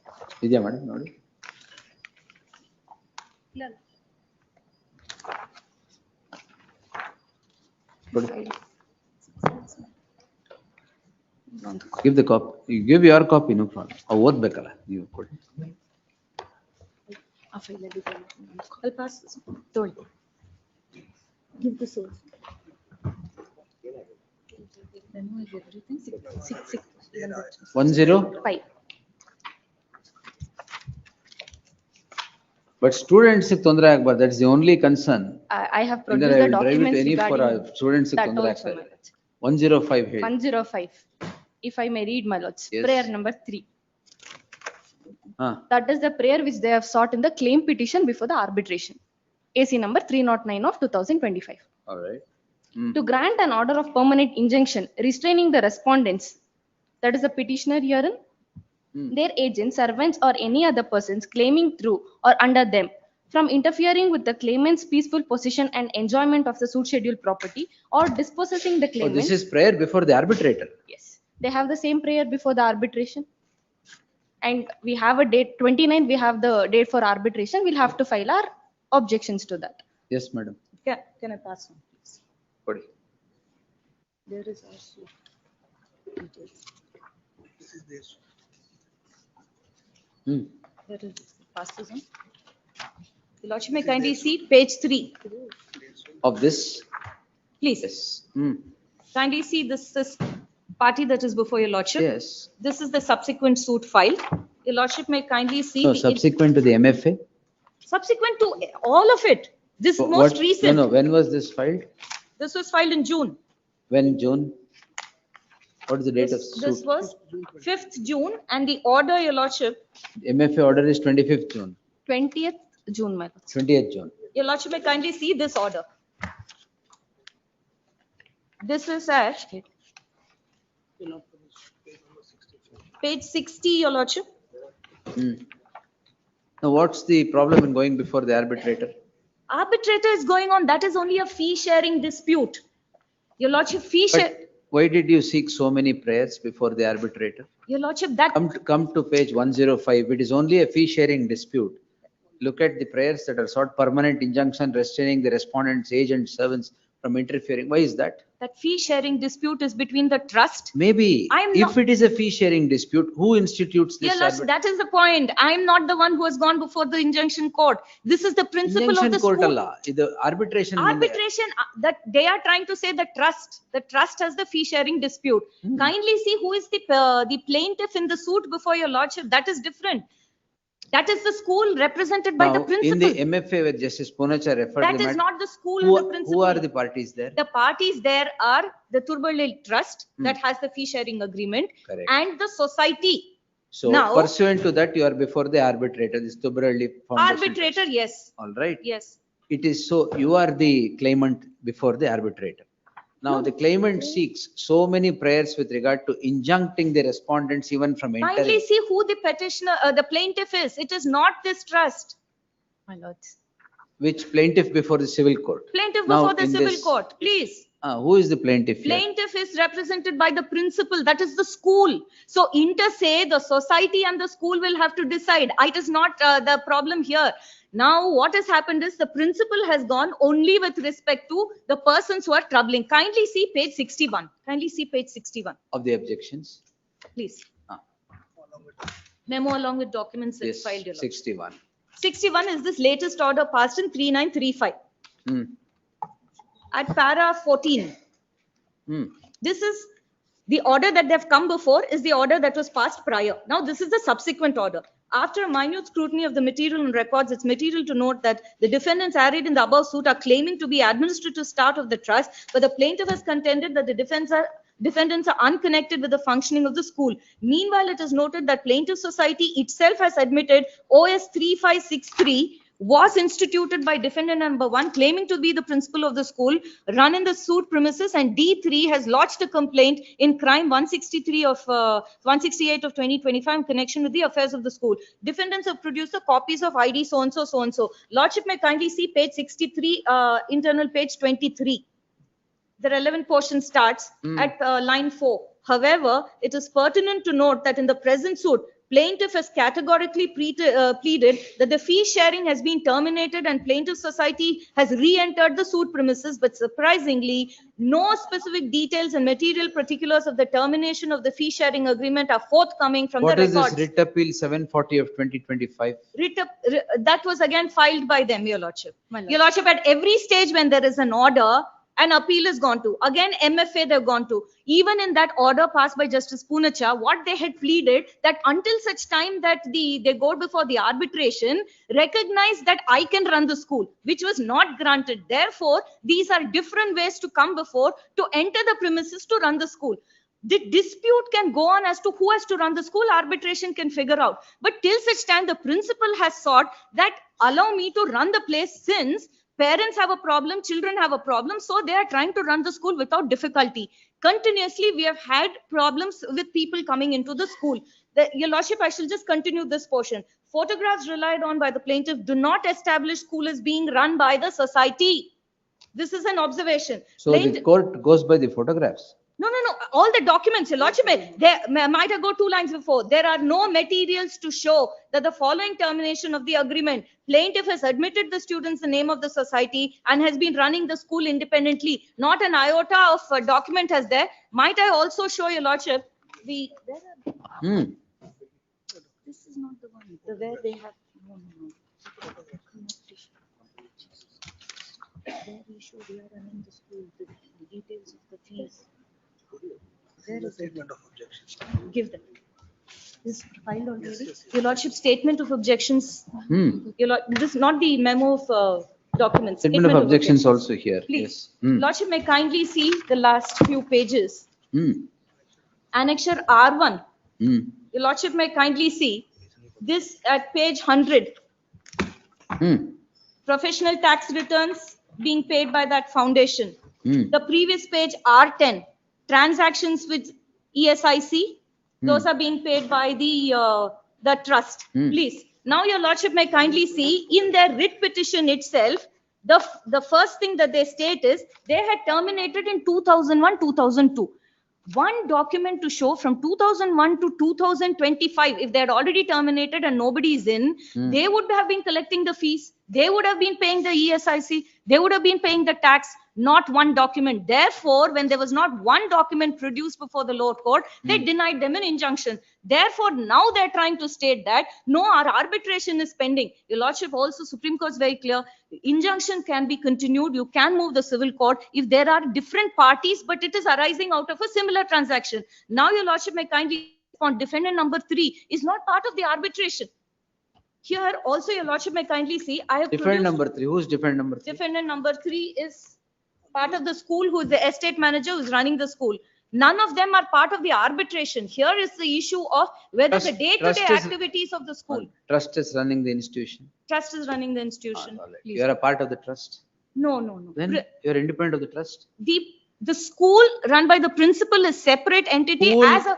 School has not taken birth by the principal. It is run by the trust. No, there is again a problem because they say it belongs to their society. So then it has to be decided whether it's the society or the trust. Until such time when their disputes are solved, the principal would want to run the school. Injunctions only to restrain any person from interfering. That is all. How is that going to come between the issue before the arbitrators, your lordship? Arbitrator is going to decide on the issue. Now, an injunction's been passed, rightly or wrongly. Whether I am to come before a writ court or I am to go before an MFA court is the issue. Even with respect to section 8, they would have to urge that it would have to be probably sent back. Now there are 2 FIRs also as against this person. Last time, FIR is not the subject. No. As I had explained on the last occasion, your lordship, these are 2 adjacent schools. The person who is running National Public School on the adjacent property is attempting to take over this side of the property. No, we are not on that. We're only on the technical issue. Whether Technical it should be issue, please. entertained or not. Please, that is all. And Fine, what, madam. madam? Anything? Page number 81. The cause title of the OS itself says that the Page 81 of? 81 of the petition, my lords.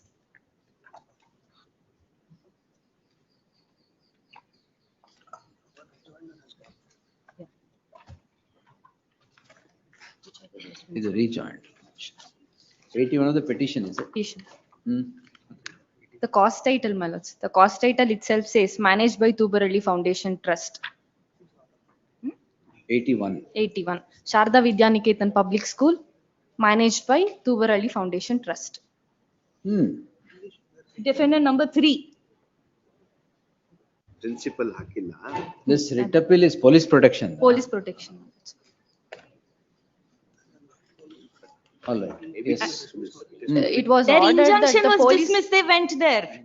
Police protection was one of the other issues. my prayer was Injunction not- was please, dismissed, my they lords. went there, your Writ appeal lordship. ಹೆಂಗ್ ಹೋಗಕ್ಕಾಗತ್ತೆ madam? Please, my Injunction lords. Your lordship may My kindly- interim prayer was not considered. That is the reason we had approached the writ appeal court. Where Interim prayer here, writ petition was not considered, so considered. writ appeal is filed. Your How is lordship may injunction be challenged Your in writ lordship, appeal? might I read that portion? Counsel for the state submits says no order passed by any court direction given to enter the premises of the appellant institution. and the court directed the police to Yeah. vacate the premises. 1 minute. If there's no specific direction It from was any against court. an order, against a GM order, is it? In an order in GM. There was no order, my lords. Police take possession of the property. The police. Set aside the order lords, six all passed of by a the lands sudden- in WP 13868. My lords, TM all of police. us- Now, GM police. please, there are different ways in which they are only trying That's to okay, enter the but premises. that- Now, that's a submission every I'll single answer. order that has But gone against. injunction ಅಲ್ಲಿ ಆಯ್ತು ಅಂದ್ರೆ ಆಗಲ್ವಲ್ಲ. Division bench was not hearing the injunction. It was only on Police the protection. police protection. Might I read? Police protection. Your lordship set of. Well, it's all memos of a for sudden JJ. on 2nd May 2025, 30 to 40 police personnel were deployed in the premises. We challenged that in the writ petition, my lords. My entry prayer was not considered. It was a vacation bench. I had to prefer a writ appeal. In writ appeal, I got an interim order on 8/5/2025 stating if there is any such order by any courts that police protection has to be granted for the premises, police can be there. And in that order On 13th, my itself- writ appeal was disposed of. In that order, it says police can continue the investigation. So there is no such, ultimately, police had to continue instead the investigation. So there are. If any That is such investigation There are in the so, crime. therefore, there are two Madam, quashing I am petitions not on filed. that at all. Please. When there is arbitration and you have sought in the arbitration, seeking restraint, injunctive orders against him, should that not be decided first? Your lordship, the arbitration again is on a fee sharing. That is the issue, your lordship. We'll It is see, not. yes. And your lordship may kindly see We'll the answer judgments. Judgments may kindly be seen for a minute. These judgments, yes. Page 5. Hmm. Primarily, the High Court, in our view, went wrong in overlooking the fact that there was already an appeal in CMP filed before the subcourt so-and-so. As again, the same order of injunction, and therefore there's no justification for invoking the supervisory jurisdiction. Secondly, High Court ought to have seen whether the remedy under 104 so-and-so. In Venkateswara Subba Naidu, this court has held that there's no hurdle can be put against the exercise of constitutional powers of the I have court, to well look recognized. into this. I'll take it on Monday. Monday, please. Yes, list on Monday.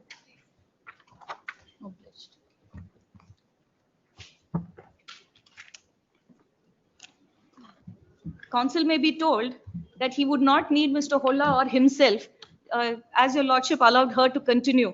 No, she I think will she's doing a splendid job. So You have to continue, yes. You don't get senior counsel now. yes, she's doing very obliged. Obliged. And not even Sunil. Yes.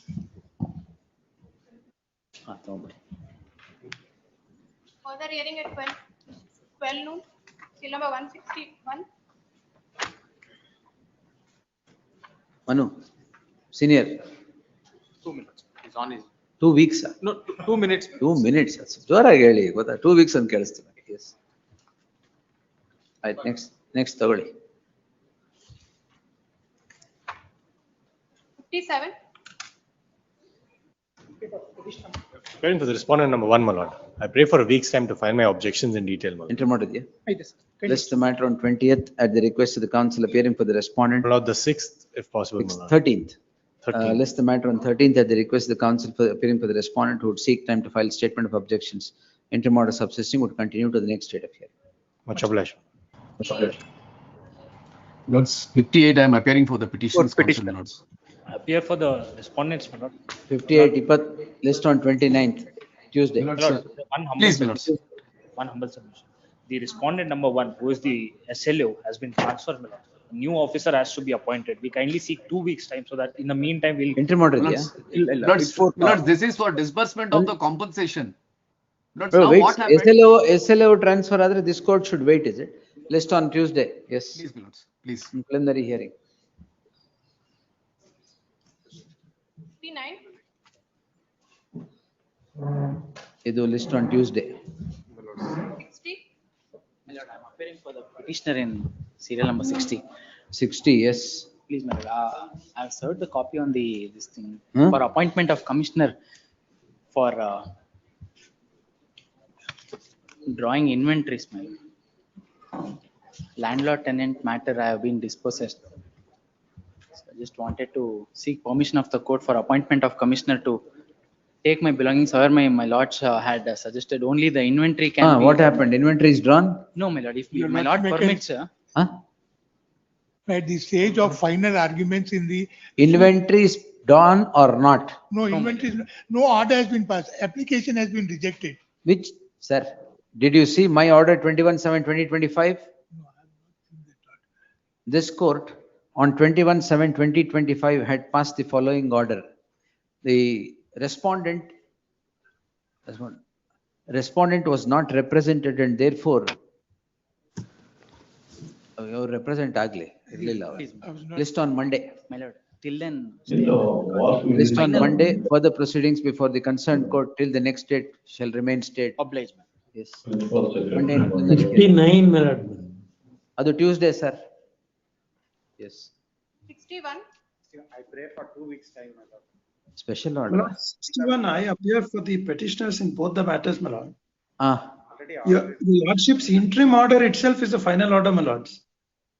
Because Learned counsel appearing for the respondent, learned HCGP seeks 2 weeks time to file statement of objections. Finally, 2 weeks time is granted. List the Lord. matter on 12th. In the event objections are not filed by then, the orders would be passed on the submissions made by the counsel for the petitioner. List the interim order subsisting will continue to the next date of Raghavan Sarathodi. Until further orders, my lords. Until further orders, yes. Good. Good.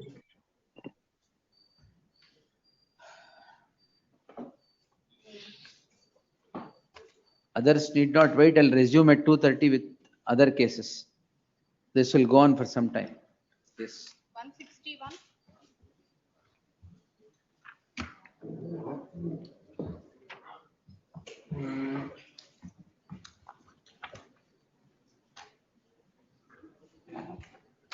I don't want to start a flood, but on serial number 65 ಇದೆ ನಂದು. Can wait till next week. No, will adjourn, but let me finish this, yes. One name at ಕೇಳಿದ್ರೆ ಆಮೇಲೆ ಎಲ್ಲರೂ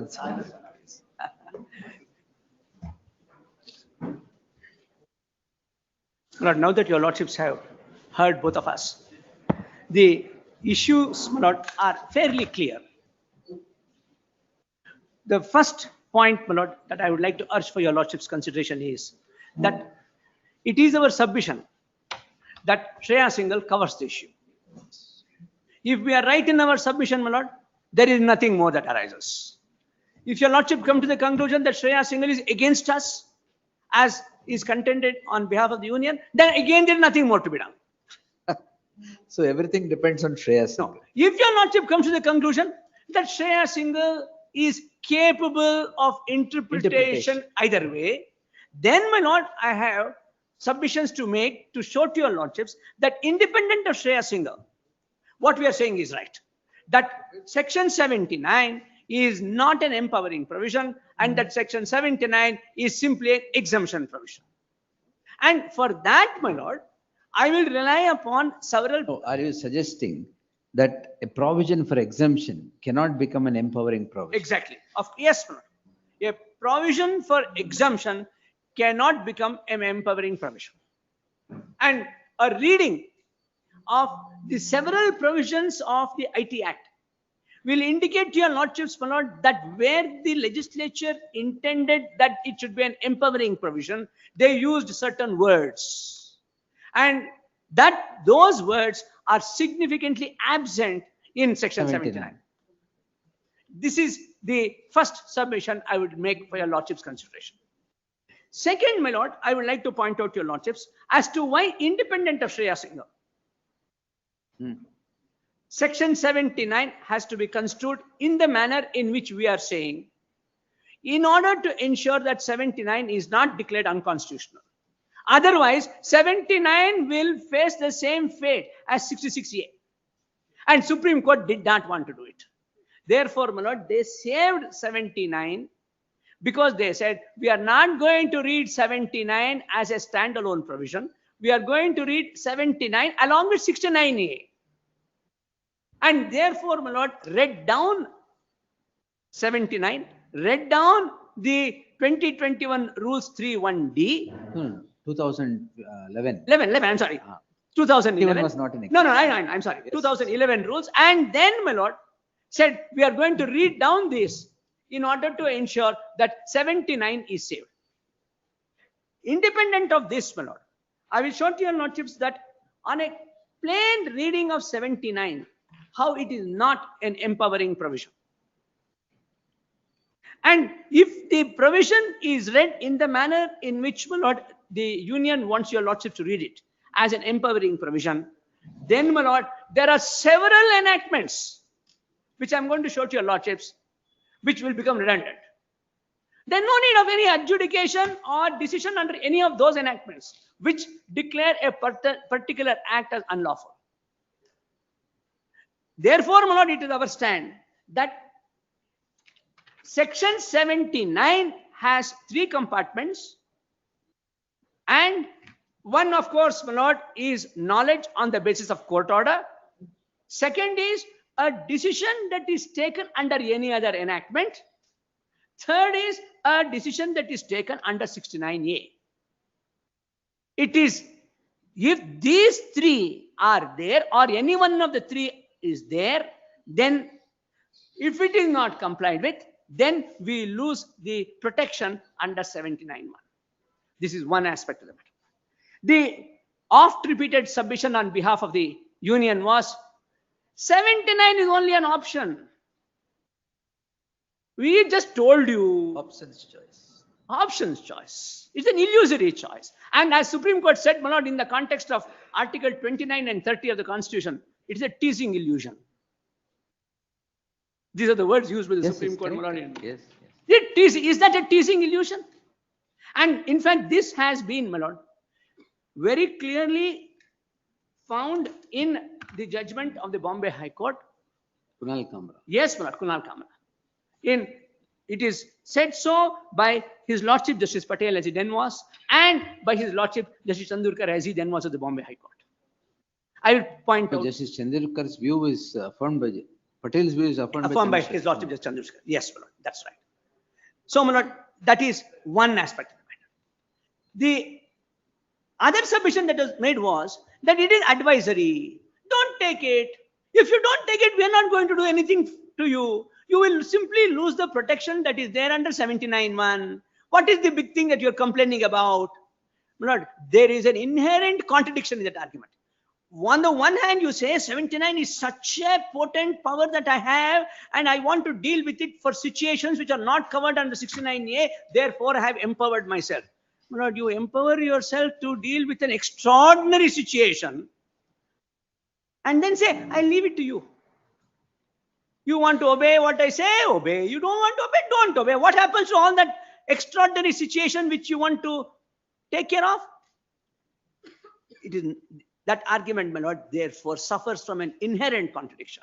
You can't on the one hand say that 79 takes care of a very extraordinary situation. Look at it. It's so potent. It is so important that I must have this power beyond 69A.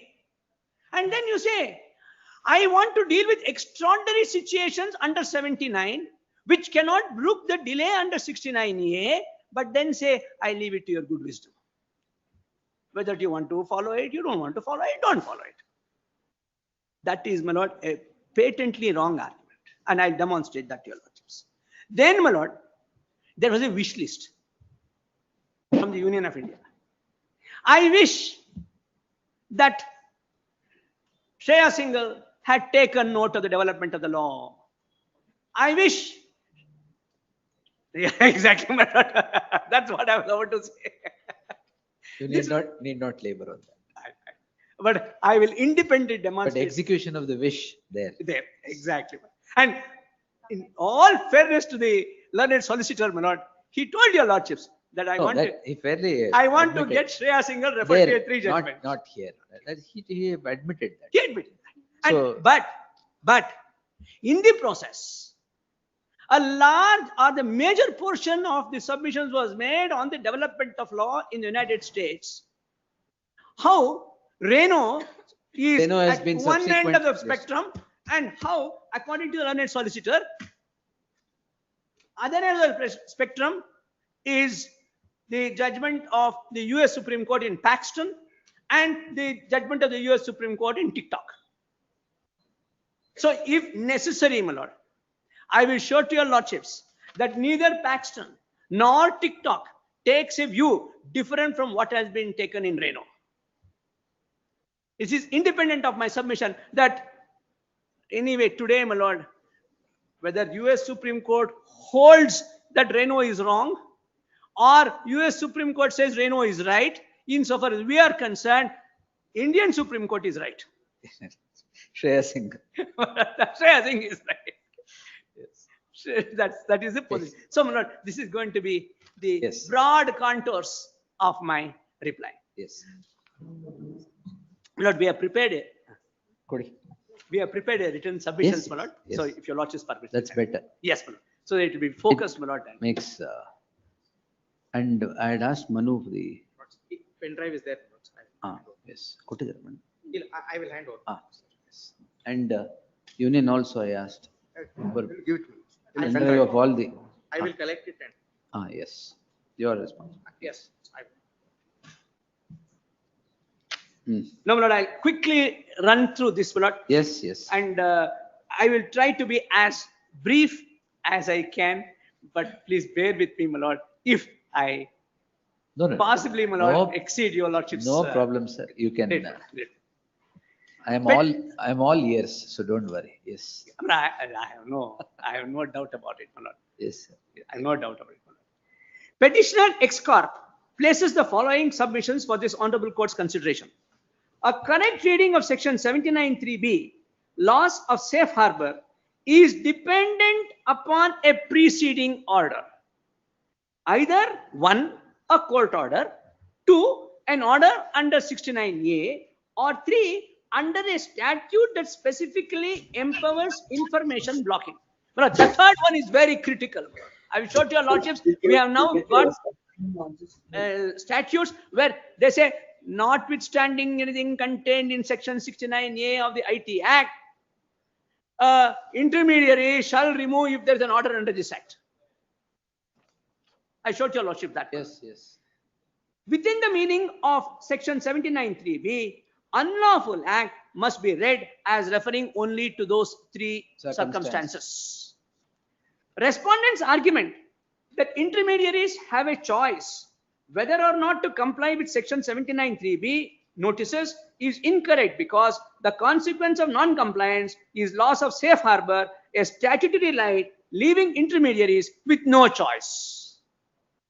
Respondents have effective means to order removal of content online, that is section 69A, and its emergency blocking mechanism, that is, my lord, rule 9, which your lordship saw, as well as other statutes mechanism that empower issuance of information blocking orders. Rule 3(1)(d), the censorship portal, that is, my lord, Sahyog. My lord, it is very innocuously termed, my lord, but it is, if I may say so, a wolf in a sheep's garb. Rule 1(3). Wolf in a lamb's clothing. Lamb's clothing. Yes. Exactly. The censorship portal and the impugned notifications are unconstitutional for the same reasons that 79(3)(b) should not be read to be empowering. Next ಓದ್ಬೇಕಾಗಿಲ್ಲ ಬಿಡಿ. Yes. ಆ point ಬೇಡ. I know. ಹಾಕಿದೀವಿ ಅಷ್ಟೇ. I know. Yes. There is no dispute that the government can communicate with intermediaries to intimate that something in their view may be unlawful. We are not, I must tell your lordships, we're not taking a confrontational position with the union. We are here to do business, and I am making it categorical for your lordships' consideration that we will do business according to the laws of this country. The question is, what is the law of the country? So, my lord, let us not therefore have any imputations being made against us that we are not willing to abide by the law of the country. We will abide by the law of every country where we operate. And we operate, my lord, in almost every country in the world. And of course, my lord, we will operate in accordance with the laws of India. And the question that your lordships are discussing, my lord, today is, what is the law of this country having regard to the constitutional scheme? That is what is to be decided. That is what is to be decided. That's what is to be decided. Even the learned solicitor did not say that you are not abiding. You won't abide by the law. You will abide by the law. Interpretation of the law. There are some insinuations made that nobody is above the law and all that, my lord. I never claimed I am above the law. Nobody is above the law, of course, my lord. Yes, I'm coming to it. There is no dispute that the government can communicate with intermediaries to intimate that something in their view may be unlawful. The government has the ability, like any citizen, to communicate this to intermediaries irrespective of the existence of 79(3)(b). The issue in this case is simply when such a communication results in the loss of safe harbor. That, my lord, is a crucial question. You don't want to give me safe harbor? Then it's a different scenario. Having given me a statutory protection, can you take it away in a manner not known to law? law in this context, my lord, is the provisions of the IT Act, Shreya Singhal, and the Constitution. The government argues that whenever it merely sends a notice that content is unlawful in the opinion of any one of the thousands of authorized executive officers or police officers in every state, union territory, an intermediary loses safe harbor if it does not block the information from public access. This is an incorrect and unconstitutional reading of Section 79 that has led to severe censorship of lawful information, news, journalism, and discussion of matters of public interest by the Indian public. It is pertinent to mention that the government adopted this interpretation only recently, 25 years after Section 79 was enacted. As your lordship saw, my lord, Section 79 came into the statute book along with 69A in 2009, was enacted. And 16 years after the current version of 79(3)(b) went into effect, thousands of officers at scores of central ministries, state, union, government agencies, and police departments throughout India now believe that 79 gives them authority to direct intermediaries to block content from public access, or else intermediaries lose safe harbor. X submits that consistent with the Constitution and the IT Act, an intermediary loses safe harbor under 79(3)(b) only if there is a preceding order, that is either a court order and an order under 69A, or an order under a statute that specifically empowers the information blocking, like Section 14A(3) of the IGST Act. I'm going to show to your lordship this plot. I had not shown it to your lordships earlier. An intermediary receives the preceding order or is notified with the preceding order by the appropriate government or his agency, and the intermediary fails to remove or disable access to the material. Within the meaning of Section 79(3)(b), unlawful act must be read as referring only to those three circumstances. In other words, there must be a preceding order for there to be a succeeding consequence of loss of safe harbor if not complied with. The notification must be one referred to in para 5(1) above. This reading comports with the meaning of unlawful act in 79(3)(a) also, because only a court of law can determine that an intermediary has conspired or abetted or aided or induced, whether by threat or promise or otherwise, in the commission of the unlawful act. Such a determination cannot be made by one of thousands of executive orders. Now, my lord, just please be kind enough to see the provisions, my lord, of 79(3)(a),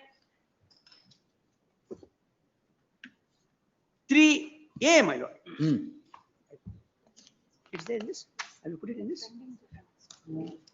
An intermediary has conspired. Yes, please. Now, my lord, we were looking at 79(3)(b). Now, please see 79(3)(a). The provisions of subsection 1, because, my lord, what applies to 79(3)(a) will apply to 79(3)(b) and vice versa. The provisions of subsection 1 shall not apply if the intermediary has conspired or abetted or aided or induced, whether by threats or promise or otherwise, in the commission of the unlawful act. Now, my lord, if the interpretation that is sought to be given by the state is to be accepted, that a power under 79(b), the so-called power under 79(3)(b), can be exercised by thousands of authorized officers. Today, my lord, there are thousands of them all over the country. In every nook and corner, everybody has been authorized. Thousands of them have been authorized. Now, will they make a determination also under 3A? And then say, I have made a determination that you are abetted, you have aided, you have induced, and therefore you will lose the safe harbor for the reason not under 79(3)(b) because of 79(3)(a). This will be the disastrous consequence if 79(3)(b) is held to be an empowering provision, which means a officer sitting in any remote corner of the country, merely because there is a notification issued under 79(3)(b) will say, look, I am saying that you have abetted of the commission of an unlawful act. Therefore, I am the accuser, I am the judge, I am now also telling you that you will lose safe harbor. This will be the position. This is what I wanted to point out. Thank you.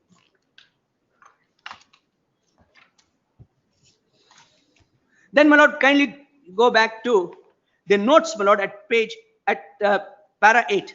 Yes. Excess reading also comports with section 74 of the IT Act because only a court of law can determine whether a person has knowingly published a certificate for an unlawful purpose to find a violation of that provision and levy of punishment thereafter. Well, all these provisions have to be read together. Please see 74, how 74 reads, my lord. 74. Please see 74 for it.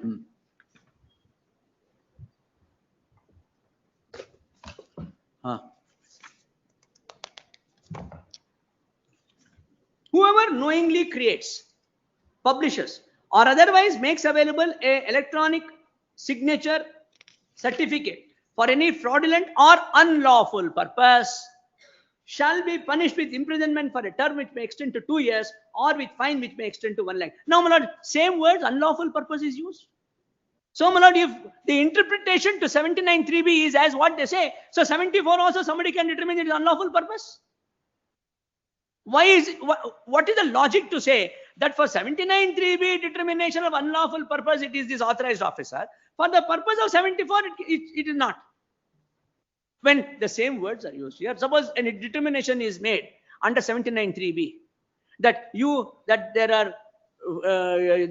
the information on your portal is aiding the commission of an unlawful purpose, namely the duplication of a electronic signature certificate. Then what happened? Why is 74 there?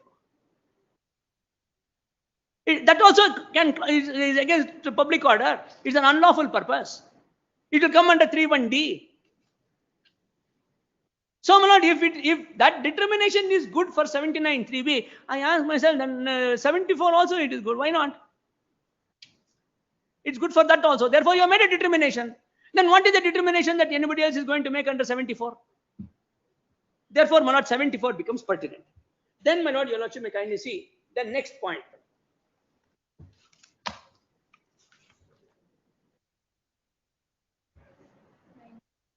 This point number 9. This reading also comports with the Honorable Supreme Court decision in Shreya Singhal at para 121 that 79 is an exemption provision. Now, my lord, they looked at 66A, they looked at 69A, they looked at 79, they looked at the then rules framed, my lord, the 2011 rules, and then came to the conclusion that a categorical finding that 79 is an exemption provision. Being an exemption provision, it is closely related to the provisions which provide for offences, including 69A. That's what the apex code 121. Yes, my lord, exactly what we have referred to. That's what we have said. Accordingly, the words "on being notified with appropriate governmental agency" must be read in the same manner.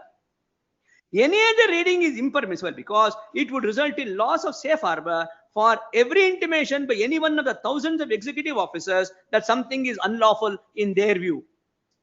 The requirement of a preceding order comports with the Constitution, the structure of the IT Act, and all other laws.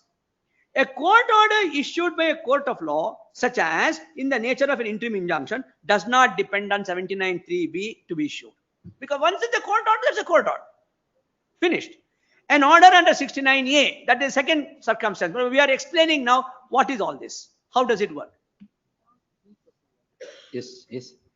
Including under the emergency blocking mechanism available to the government in terms of Rule 9 of the 2009 blocking rules, authorizes information blocking where the government or any of its officers, well, kindly see the language of Rule 9, my lord. It's very important for us. Government or any of its officers, specially authorized by it in this behalf, is satisfied that it is necessary or expedient so to do in the interest of sovereignty and integrity of India, defense of India, security of the state, friendly relations with foreign states, or public order, or for preventing incitement to the commission of any cognizable offense relating to the above. Yes. An order under, now I'm going to show to your lordship these provisions of the IGST Act, which is very important. An order under a statute that specifically empowers information blocking. For example, section 14A3 of the IGST Act states as under. Your lordship may kindly see the language of section 14A3 of the IGST Act. Yes, brother. In case of failure, quoted it here. My lord, it is extracted, my lord, at page 2 itself also. 2. Oh, my lord, kindly see page. My lord, kindly see page 17. My lord, the entire section is extracted. I would like your lordship to see that entire provision. Page 70. 17. My lord. Once.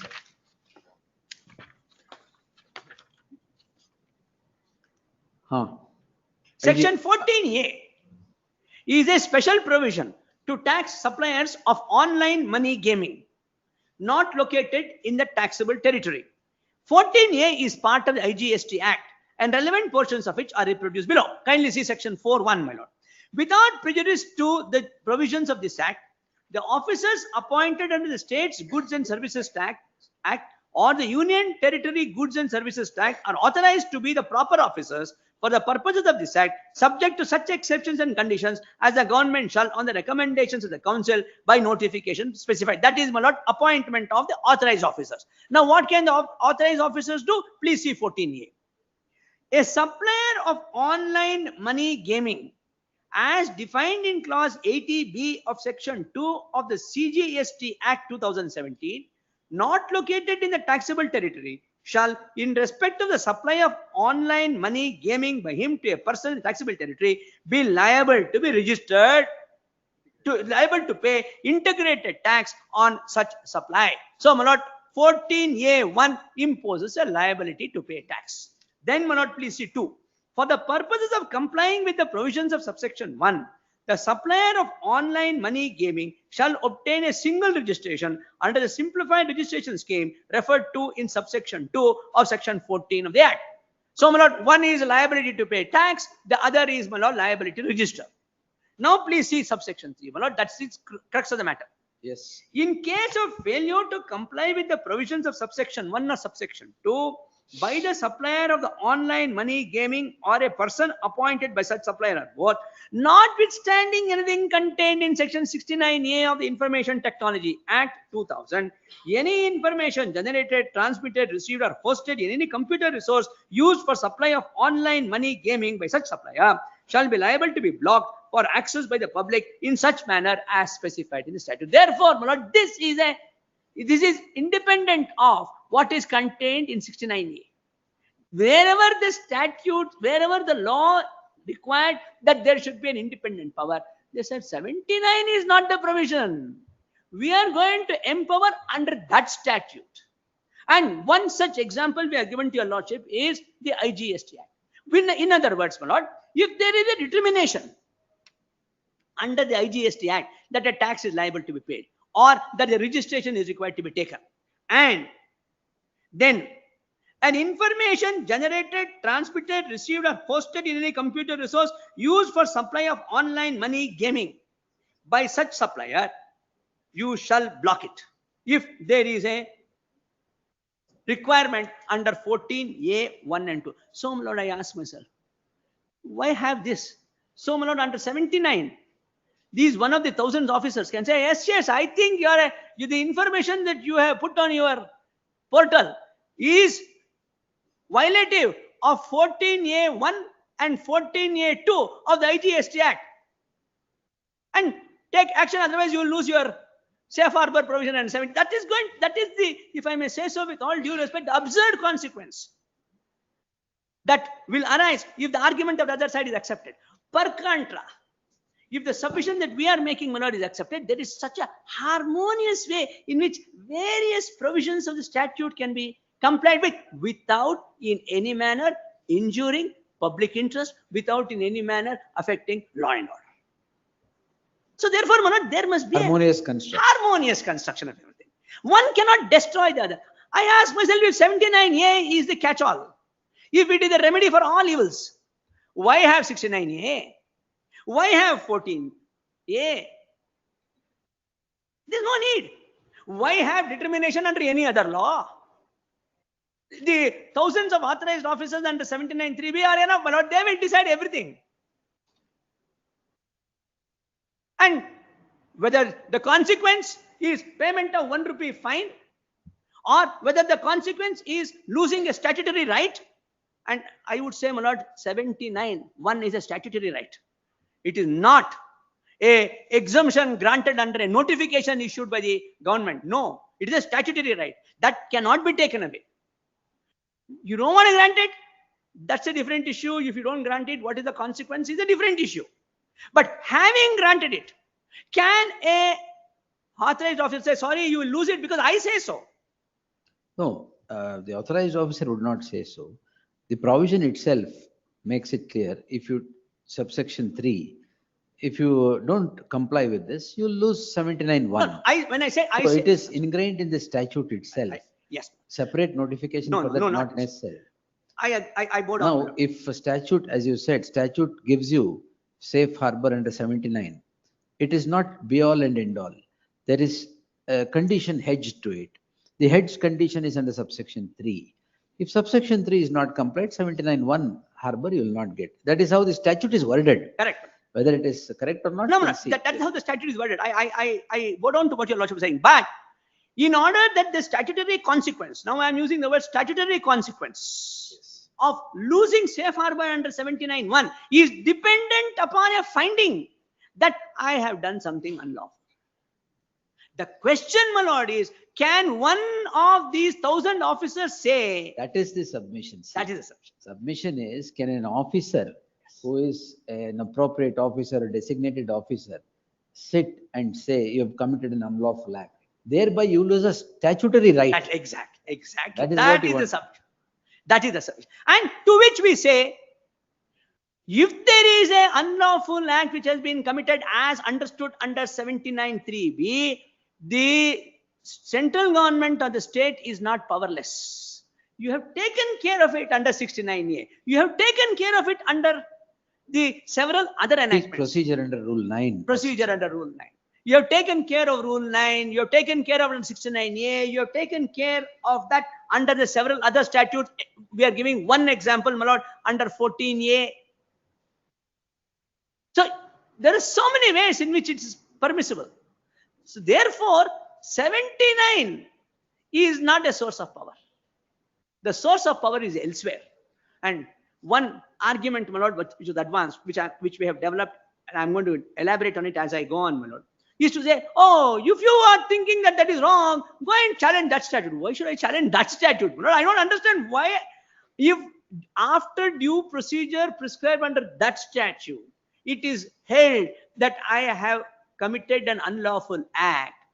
My lord, I have no, why, what is the need to challenge that statute? I mean, I don't have to challenge the 800 odd statute. I'm given to understand, my lord, that in this country, we have something like 890 central statutes. And we have something in the region of 7,500 plus state statutes. So, my lord, that authority can say under any one of these 7,500 state statutes, under any one of these 890 central statutes, I come to the conclusion that what you have done is an unlawful act. And therefore, on the basis of my saying so, you have lost your protection under 79(1). My lord, this is the, if I may say so, my lord, an absurd, shocking situation that will come.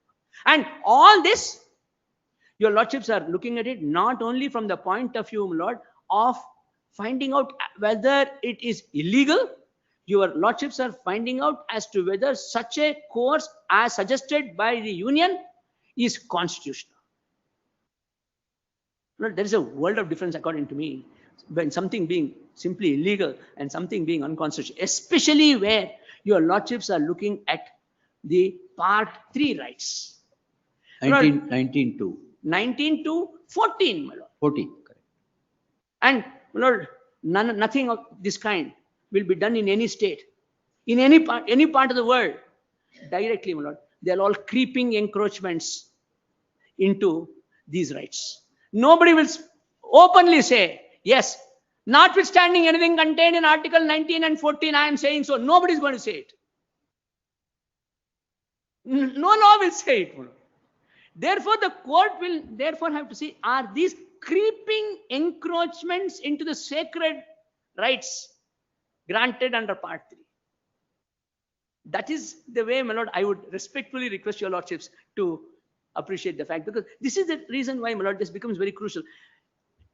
It's unfathomable that these officers who are authorized will form a conclusion. They will become judges to find out as to whether my action is unlawful or not under these 800 plus 7,500 state laws. They can do anything, my lord. They can say it's violation of a state law also. Then what happens to all the authorities under those laws who are to administer that law? They're all rendered redundant and odious. Can this interpretation, my lord, this absurd situation be allowed? And that will happen if the interpretation that is given by the state is accepted. Now, my lord, please see another example, my lord, that we are giving. Not only under IGST Act. Now, please see page 18, my lord. 14A3 empowers. That is IGST. My lord. 14A3 IGST. Yes, ma'am. IGST Act. Yes, IGST Act. I'm then showing to your lordships another state law in Tamil Nadu. 14A3 empowers blocking on the grounds of non-compliance of 14A1 and 2. Thus, 14A3 provides a ground for blocking that is not found in the heads of 69A. If an order is issued pursuant to 14A through 3, that would amount to a notification by the appropriate government or agency that the information being used to commit the unlawful act of continued supply of online money gaming in violation of 14A1 and 14A2. In other words, when an order is issued by the designation officer to block an online game, such an order is valid in itself. It is not issued under 79(3)(b). It does not require, my lord, once a determination is made under the IGST Act, my lord, that determination stands on its own feet. It does not need the crutches of 79(3)(b), because 79(3)(b) does not give any support. Now, my lord, please see another example. 79(3)(b). 79 is in the statute book since it's the initial enactment 2000 and amendment in 2009. Now, the submission was made in Shreya Singhal. That, my lord? No, the submissions were made in Shreya Singhal. This what I am making some. No, not the other side. No, my lord, they did not. In fact, I'm so grateful to your lordship for putting that question. In fact, it was never told to the court in Shreya Singhal that 79(3)(b) is a empowering provision. So that is why Supreme Court does not consider. And on the contrary, Supreme Court holds that it is only an exemption provision. In fact, it is not even the stand of the state that this is an empowering provision. As that clarification. Yes, and 121 says it is only an exemption provision. No, para 121 I understand. Yes. Lord, they did not even take that stand that it is an empowering provision. My lord, this is because it was already there. It was already there. My lord, all this has come only since the last, I think from 2014. When 2000, these are all the empowering. Shreya Singhal is 15. 2021. 21, these rules are new rules. Yes. It is only since then afterwards. In fact, all these notifications are 2024. No, the empowering officers is under 31D. Yes. So that it has to obviously come after 21. Of course. No, they never, independent of the rules, they never contended that 79(3)(b) is an empowering provision. That clarification. 2011 rules did not have this. I know. And 2011 rules did not have any of these things. I showed you a lot of the comparison. It didn't have. Now, my lord, please see section 15 of the Tamil Nadu Prohibition of Online Gambling and Regulation of Online Games Act 2022. Their action should be taken under 69A. Exactly. Or under these laws. Well, for example, if an action is taken under 14A of the IGST Act, there is no need of any further action under 69A. You either take action under a court order, or you take action under 69A, or you take action under any one of the other statutes which empowers you. There is no fourth source which you are now seeking to identify in 79(3)(b). That's the submission that we are making. That's why, my lord, we have been consistently saying that 79 is not a source of power. There is no fourth source of power. The source of power emanates from one of these three sources: court order, 69A order, or an order under any other law, in accordance with the procedure prescribed under that law. In the respective enactments. Enactments, exactly. We are giving one example, my lord, of the IGST. Given to IGST and the Tamil Nadu. And for example, my lord, of the Copyright Act. Every provision. Every act has a procedure. And now, my lord, quickly I will show to your lordship what is this Tamil Nadu Online Gambling Prohibition Act. Yes. Government may by notification establish with effect from such date as may be specified in the notification an authority to be called the Tamil Nadu Online Gaming Authority to exercise the powers conferred on and perform the functions assigned to it under the Act. No, then, my lord, kindly now see 15(2). The authority shall make recommendation to the government to request the central government, or as the case may be, the officers specially authorized by the central government in this behalf, to exercise the power under 69A to block access to persons in this state to the service provided by the non-local online games provider. So, my lord, all the laws are aligned in favor of the submission that we are making, that 69A is the repository of power. And therefore, my lord, every other law also said, one law said, notwithstanding that under this law itself you can do it. Tamil Nadu said, no, they had to say so, my lord, because this is a state law. IGST is a central law. So they could not say, in spite of what is being said in 69A, I will provide something else here. They could. Therefore, they had to align the state law to the central law. Therefore, my lord, in 15(2), they said we have to go through the procedure of 69A. Nowhere, my lord, was 79 considered to be a source of power. This is what we wanted to point out. Yes, now, my lord, please go back to page number 2. I was reading, my lord, para 13. So you said it was not even the union's case. No. That 79 is empowering provision, Yes. but only an exemption Yes. provision. Yes. I will show to your lordships from the written submissions, my lord, that have been extracted in Shreya Singhal. I'll come to that, my lord. When I'm dealing with Shreya Singhal, I'll come to that. But No, whatever doubts. Of course, my lord, of course.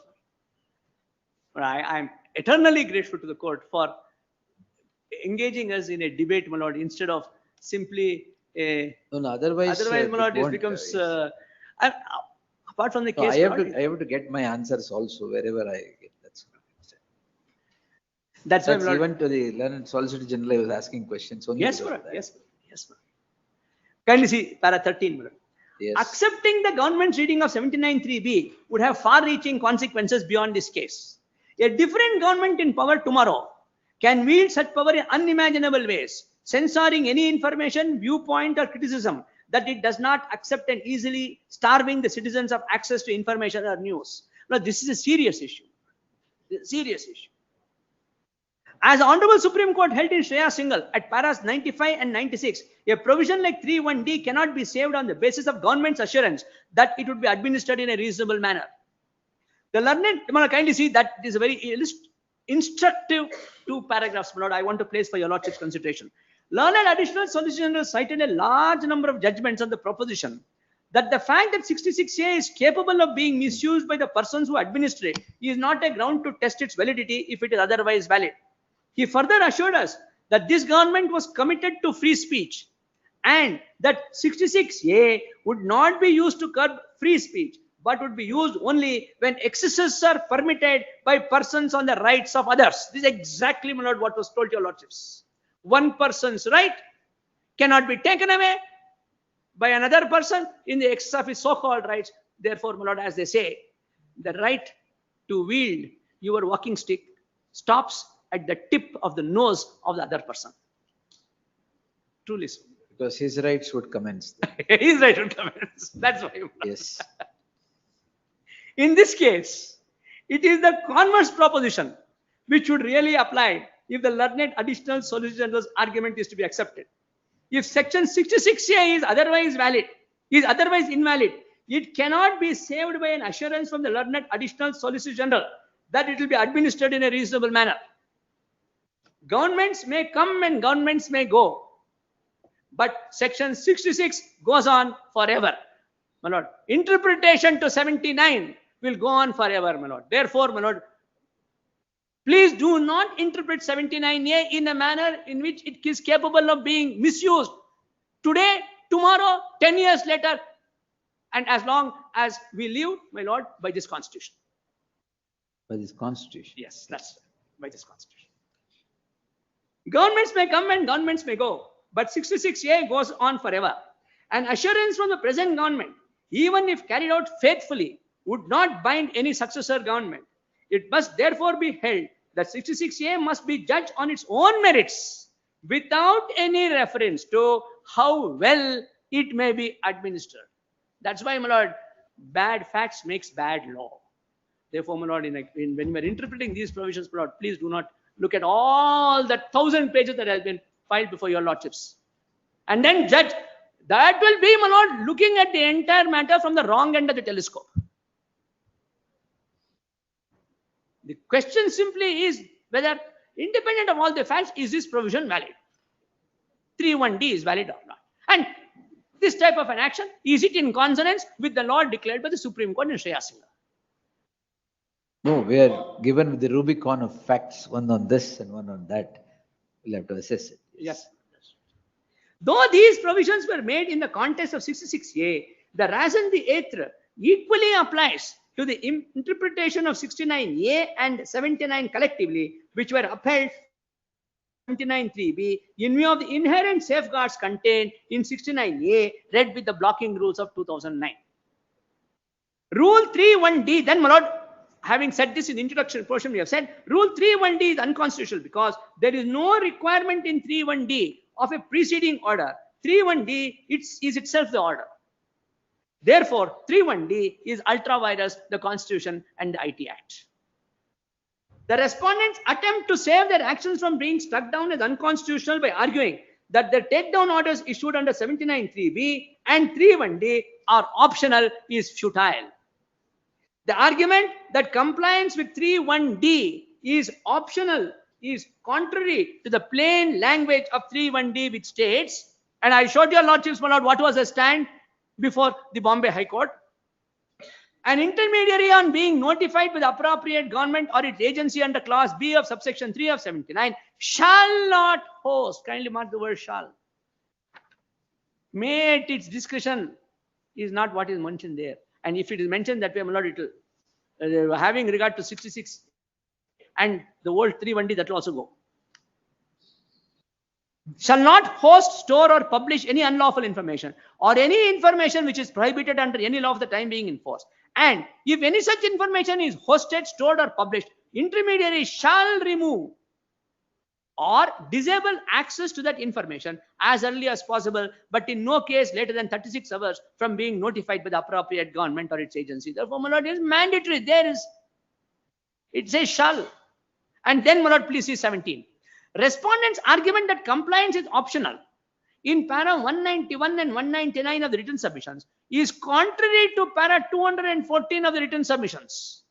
I'm going to show to your lordships how much they have contradicted themselves, which argue that 79(3)(b) of the IT Act, read with Rule 3(1)(d) of the intermediary rules, mandates that an intermediary is obligated to remove or disable access to information which is prohibited under any law for the time being enforced. These, my lord, are the words used in para 214 of their written submissions. In Shreya Singhal. No, my lord, here. Oh, illu hakida. Yes, my lord, your lordship, kindly look at there. Yes, yes. Para 214. Illi ಹೇಳಿದ್ಯಲ್ಲ. Yes. Para 17 of your written Yes, submissions my lord, yes, now. yes. Yes, yes. You have so said. I'll look into it. Yes, your lordship. Yes. We have, in fact, my lord, for purpose of convenience, we have Yes, yes, this yes, is yes. not the written submissions in Shreya Singhal. This is written submissions Here. before your lordship, where they say you're obligated to do it.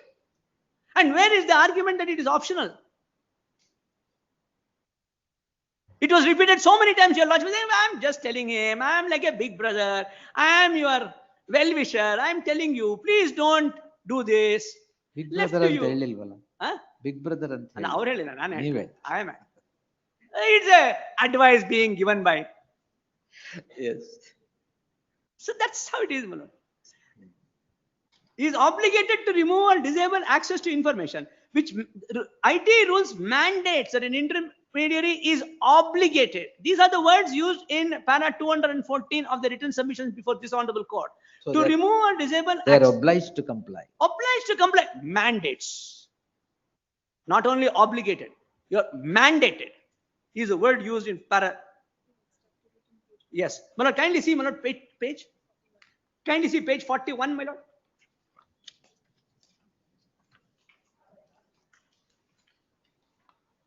May I just read this? It is submitted. That section, this is the submission made before this honorable court, not before your lordship. Para 214. Yes, 214. It is submitted that 79(3)(b) of the IT Act, read with Rule 3(1)(d) of the IT rules, mandates that an intermediary who stores, hosts, or publishes information on its computer resources is obligated. They use the word mandate and obligated together.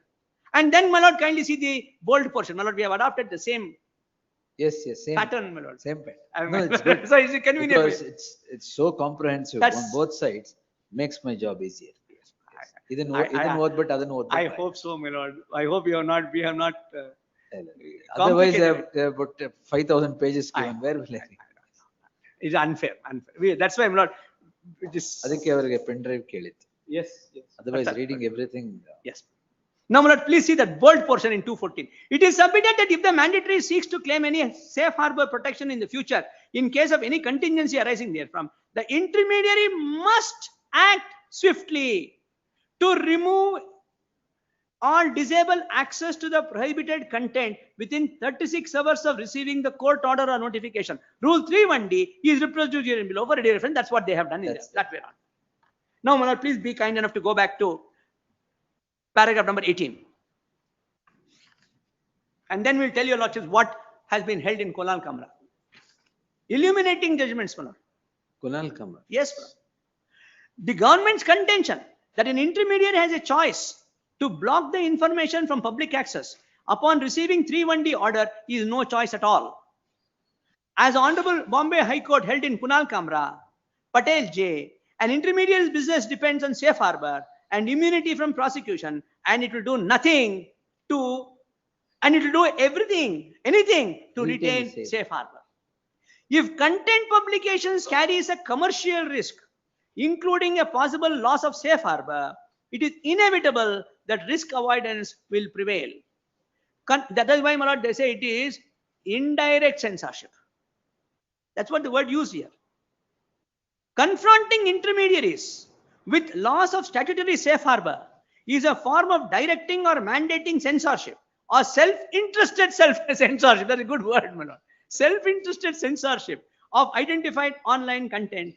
An intermediary will do anything to retain safe harbor. It will bend the knee to a government directive regarding content.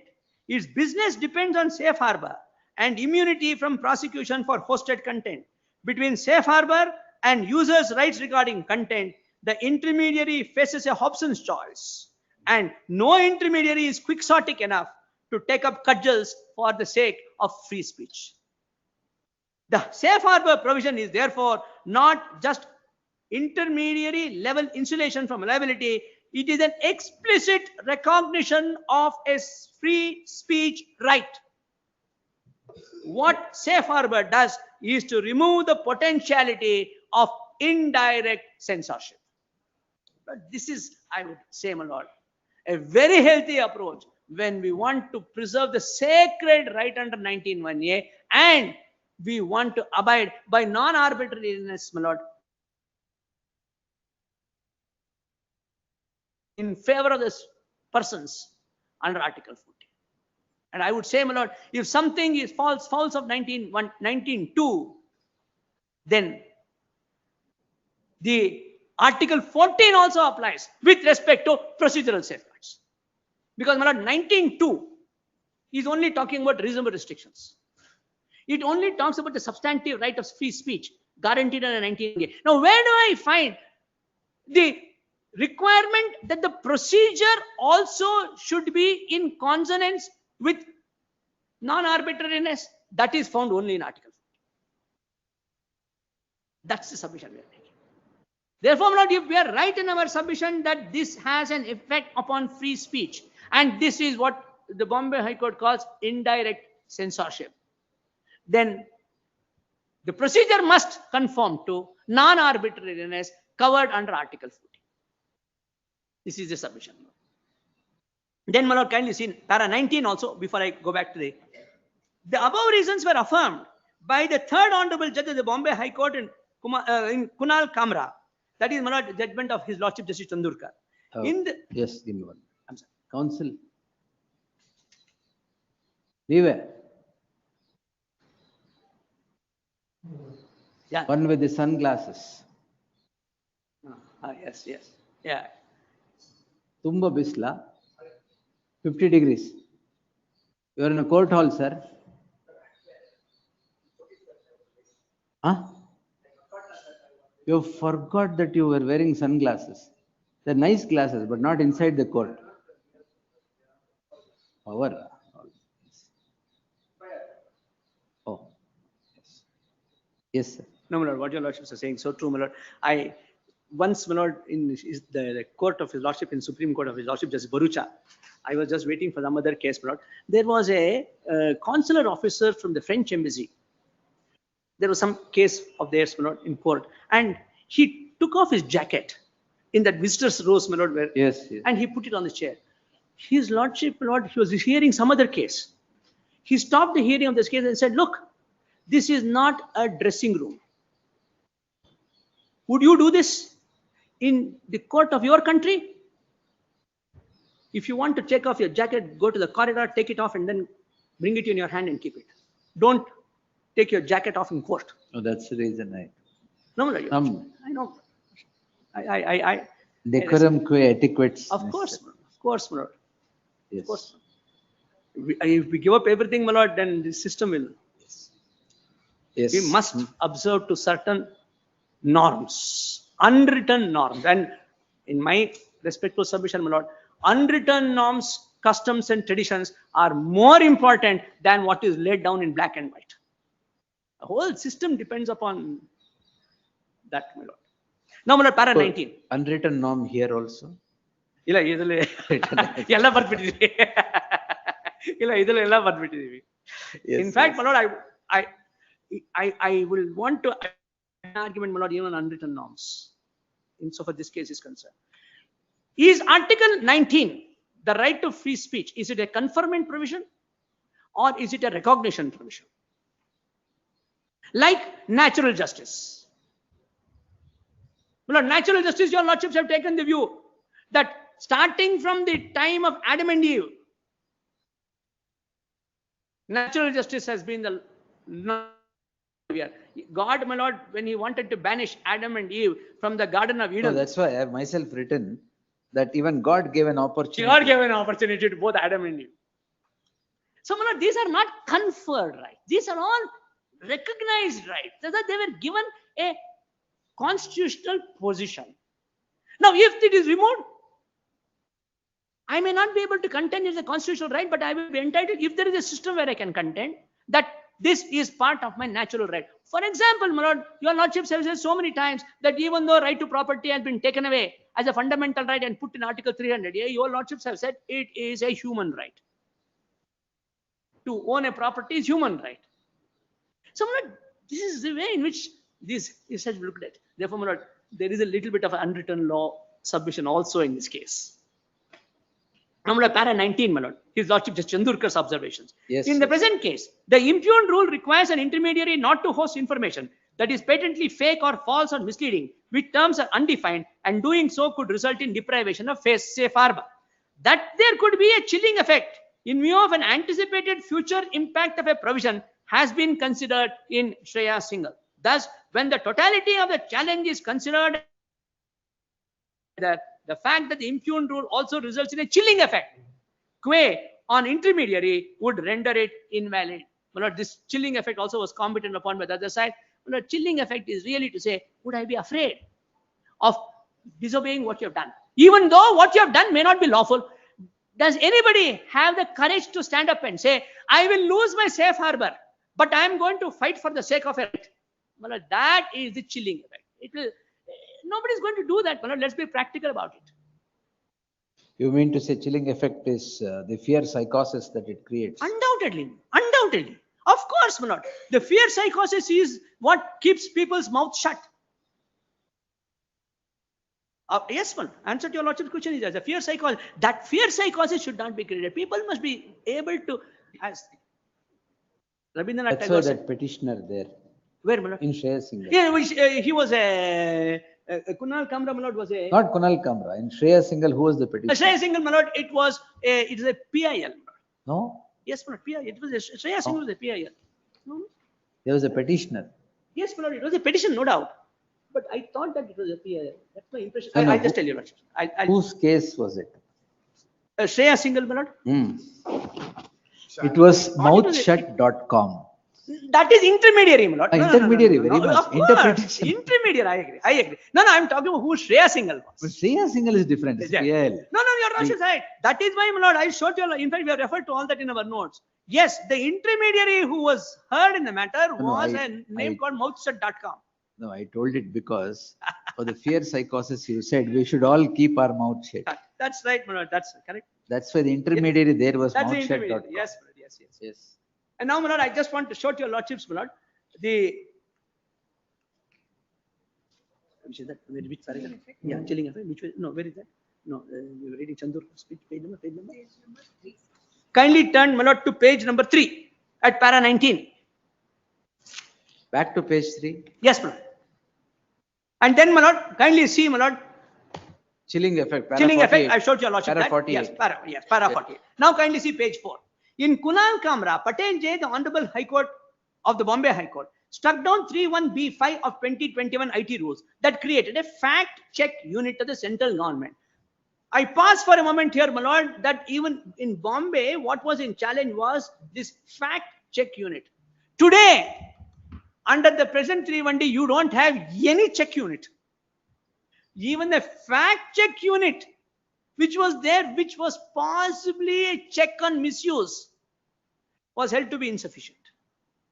Today, and for the purpose of 31D, a notification can be issued by all who is authorized.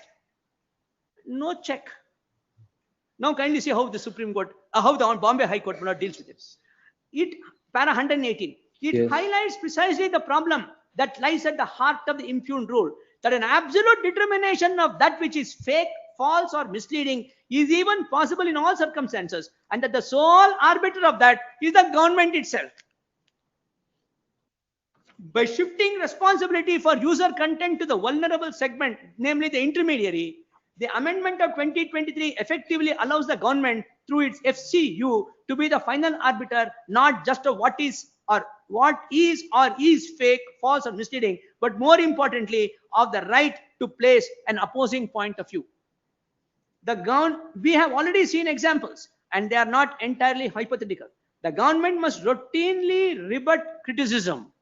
If, in addition, this is now dubbed fake, false or misleading, and there are no guidelines to suggest why it cannot, then criticism and debate are stifled. My lord, if a post on my platform has a picture of persons traveling on top of a railway compartment because it's very full, I ask myself, is the remedy to say, don't even show that photograph? Or is the remedy to say, well, I think that this is an evil that has to be remedied. I must have more number of bogies, or I must have more number of trains. What's a healthy way of looking at the whole problem? One thing is that don't even say what I'm doing is wrong. Don't show me a picture which shows that my train service is not adequate. The other way of doing it is, well, you have shown to me, thank you very much. I will remedy the problem. I thought that democracy is all about the second and not the first. That is exactly what the lordships are saying. Just look at how it is being used. These reasons were also affirmed by Chandurkar J in Kunal Kamra, who held that, para 40 of his lordship Justice Chandurkar's judgment is very relevant. The exercise would result in a unilateral determination by the executive itself. This aspect, in my view, supports the petitioner's challenge to the amended rule on the ground of vagueness in the context of Article 14 of the Constitution. The FCO, in a sense, is the arbiter in its own cause. There, Kunal Kamra had challenged it. Yes. by contending that the decision of the FUU can be subjected to challenge before a constitutional court, the same cannot be treated as an adequate safeguard, and it would be not of much consequence in the light of the decision in Kraipak. Malad to say, there are 1,000 orders issued by 1,000 officers all across the country. If you are agreed by it, come before the High Court and move the Honorable High Court to say it is bad. Malad, that is no answer. That I can approach the Constitutional Court to exercise power under 226 does not mean that you have a license to do what you want to do. The question is not whether I have a remedy against that. The question is whether you have the power to do that. That must be the approach. This is looking at the whole to this argument, Malad, to say that you can always challenge that order. If something is unreasonable, you can always challenge it. If you think that showing the Chief Minister of West Bengal in a spacesuit is obnoxious, and that is how the officer has issued the notification, challenge it in a court. No answer. The question is not whether I have a remedy. The question is, do you have a right? That's the question. So if you ask a wrong question, my lord, you are bound to get a wrong answer. So we must ask a right question. That, my lord, is the difference between acting within jurisdiction and acting. Court ಕೇಳಿದ್ರ? ಇಲ್ಲ. I am saying, my lord, if the authority asks himself a wrong question, then, my lord, he is acting without jurisdiction. That's how. And I would request the court also to ask a right question. Which I am sure the court will do. I have no doubt about it. Then, my lord, kindly see para 22. It is necessary to point out that what was in challenge in Kumal Kamra was Rule 131B5, which provided for a fact-check unit of the central government as the body to identify any information, misinformation as fake or false. This was a safeguard inherent in 31B5. Despite that, the amended portion, namely, in respect of any business of the central government is identified as fake or false or misleading by such FCU of the central government as the ministry may by notification published in the official gazette specify, was struck down. The position in the present case is worse for the respondents, inasmuch as 31D does not even have any fact-checking mechanism. I say so, therefore it is so. That seems to be the approach, my lord, and I think not much argument requires to be advanced saying that that approach is not acceptable in this country. Without prejudice, not a single one of the respondents take down notices issued under 79(3)B and 31D states that the removing of the information is optional. This is clear from the language of the Ministry of Railways takedown notice. Now, my lord, we are showing to your lordships how the takedown notice is something totally differently intended than what has been contended before your lordship. And whereas, my lord, kindly see the notification, my lord, that has been issued. And whereas the Ministry of Railways, being the appropriate government in respect of all subject matters of Indian Railways and its attached officers, is empowered under 79(3). So therefore, they consider 79(3)B to be an empowering provision. And of the IT Act to issue notifications to the intermediaries, including social media platforms, to remove, disable access to URLs, accounts, etc., where unlawful advertisements, endorsements, promotional content, etc., are published. Therefore, it is directed that the content in the shared links be taken down immediately. No, the contention urged here is, if I may say so, so artificial, goes against their own stand before this honorable court, goes against what the Bombay High Court said, where their contention was rejected, goes against how the authorities are understanding the implementation of the statute. Respondents also argue that after receiving a takedown order under 31D, an intermediary can choose to take a stand that the material posted, uploaded is not prescribed by law. Submissions, para 191. That is what is right before your lordship. Such a requirement violates Shreya Singhal, para 122, which upholds 79(3)B on the basis that the intermediaries cannot adjudge whether the content is unlawful. It must first be appreciated that 79 is an exemption provision. Being an exemption provision, it is closely related to provisions which provide for offences including 69A. The intermediary applying its own mind to whether information should or should not be logged is noticeably absent in 69A read with 2009 rules. Therefore, my lord, 69A was upheld. Then, my lord, in para 122, please see that bold portion. This is for the reason that otherwise it would be very difficult for intermediaries like Google, Facebook, etc. to act when millions of requests are made, and the intermediary is then to judge as to which of such requests are legitimate and which are not. So I am to become the judge. I mean, this is the basis, my lord, why 69A was struck down. You can't ask, 66A was struck down. You can't have intermediaries to decide. 69A was upheld because intermediaries were not to be the judge. Now, my lord, what is being said about Rule 3.1? You be the judge. We have told you. You decide now. This is the position. Now, my lord, kindly see para 26. Likewise, in 121 of Shreya Singhal, Honorable Supreme Court upheld 69A and the 2009 blocking rules because intermediary applying its own mind to whether information should or should not be blocked is noticeably absent in 69A read with the 2009 rules. This is exactly what they are saying to the contrary with respect to Rule 3.1D. Yes. In both these cases, Honorable Supreme Court was clear that intermediary should not be compelled to apply its own mind as to whether information should or should not be blocked. In the respondent's interpretation of 79(3)(b), the intermediary has a so-called option. That is, the intermediary is expected to apply its own mind to whether information should or should not be blocked, which is precluded in Shreya Singhal. Thus, respondent's interpretation of 79(3)(b) is contrary to the ratio of Shreya Singhal that an intermediary must not be compelled to apply its own mind to whether information should or should not be blocked. Despite the government's submission that Shreya Singhal does not lay down the correct law, the Honorable Supreme Court decision. Of course, my lord, reason why we are prompted to say this, though it is very obvious, is, my lord, because the contention urged before your lordship and also in the written submission is that Shreya Singhal is per curiam. Anyway, I am leaving it there. This is the reason why I put it, that's all. Next, my lord, para 28.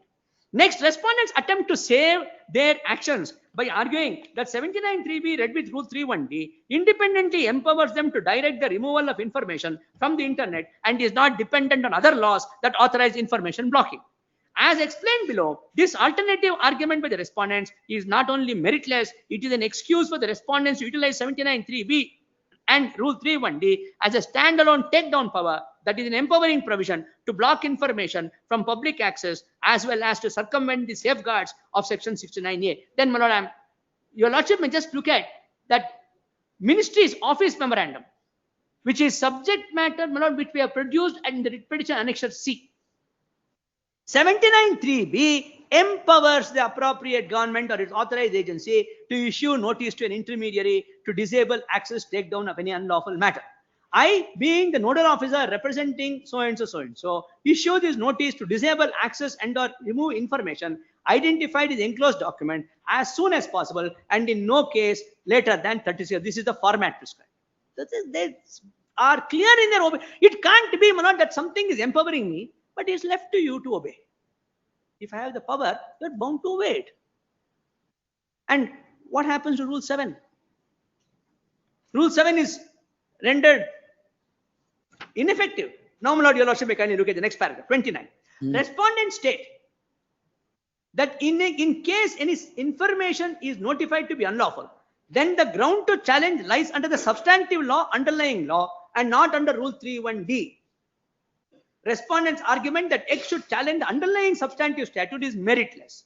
X is not arguing that the statute by which content is declared unlawful is unconstitutional. In fact, it is the opposite. Each of these statutes have their own mechanism of determination of unlawfulness, and the determination is made either by a court of law or by authorities empowered under those statutes. Rule 3.1D circumvents the prescribed mechanism of adjudication, that is the requirement of preceding order under that other law, and creates substantive law permitting thousands of executive officers to decide that information is unlawful on an ad hoc and subjective basis without any due process of law for the purpose of stripping intermediaries of safe harbor. For example, screenshots of the censorship portal show a takedown order by the Bodeli police under the Ancient Monument and Architectural Sites and Remains Act of 1958. That act does not confer any substantive power to block information online, nor does it create any cyber offense. Pertinently, there are over 890 central statutes and more than 5,000 state statutes, which with allied rules and regulations in India. Respondents' argument in para 86 of written submissions would lead to an absurd situation where to challenge the validity of the numerous statutes, these authorizations, notifications do not restrict the power of the authorized officer to act under any specified law, but are all encompassing. Therefore, my lord, one officer who is authorized will say, I will administer for the purpose of issuing a order or a blocking notice, removal notice, blocking access notice under 79 read with rule 31D in respect of all these 800 and odd central enactments. This is on the face of it absurd. One officer will administer every law in this country now. This is the situation they have created. Instead, if there is such a regulation, each law is administered by the authorities under that law. There is an order passed. That order goes through the discipline of 69A. Thereafter, a blocking petition. That is such a orderly way of administering laws in this country. Instead of saying one officer sitting in some remote corner of the country will say, I am going to administer what is the law in Tamil Nadu, in the other end of the country. I will say so. And I will say that what you have done is unlawful because of some Tamil Nadu statute sitting in the northern part of the country and unconnected with the administration of this law. This is the absurd situation that will be created. Then, my lord, please see. Respondents also use 79(3)(b) and 3(1)(d) as an empowering provision to circumvent section 69A. Their takedown notices issued under 79(3)(b) and 3(1)(d) are based on allegations of threat to public order and threat to India's integrity, sovereignty, unity, and security. Yet, in those cases, the respondents deliberately chose not to block information under 69A. It does not make legal sense for the government to allege such serious offences and threats to India's sovereignty, unity, security, and public order, but decide not to utilize 16A process and instead only give the intermediaries the option or the choice to remove the content under 79(3)(b). My lord, on the face of it, such a self-defeating argument. Now, you are saying that I will, under 3(1)(d), I will issue a direction which is optional for compliance. Because I think it is in the interest of India's integrity, sovereignty, unity, and security. Well, I think it is against India's sovereignty. I don't, whether to follow it or not is left to you. Then what happens? Why is it, Manod, I ask myself, the same words used in 69A, where it is binding, and if you don't do it, you are liable to penalty and prosecution?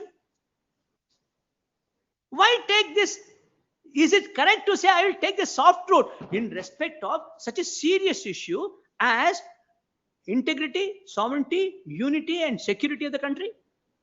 And then say, left to the intermediary, you want to follow it, even if it is against the integrity and sovereignty of the country. It doesn't matter if you don't follow it. This is why, my lord, this argument on the face of it requires to be rejected.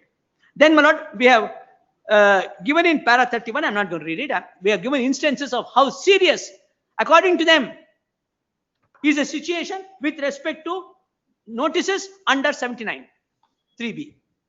Then, my lord, kindly see para 32. This proves that the true intention of these takedown notices under 79(3)(b) and rule 3(1)(d) are meant to be information blocking orders. X submits that the content takedown demands by the government that are based on the heads of 69A should follow 69A mechanism and or its emergency blocking So process. you have counted all the written submissions Everything that is are here. counted. Everything is counted. So the correct meaning, as you say, at page 9, Yes. that is paragraph 39. Malad. Correct. Yes. Because all those things, the written submissions you have counted, I will look into. We have counted. I am not going to. I understand. Of course, Malad. This is. I'm just. The object of reading this, Malad, is not to take your lots of time on this. Only to say that These are the contentions are advanced, and how absurd it is to accept that from looking at it from various points of view.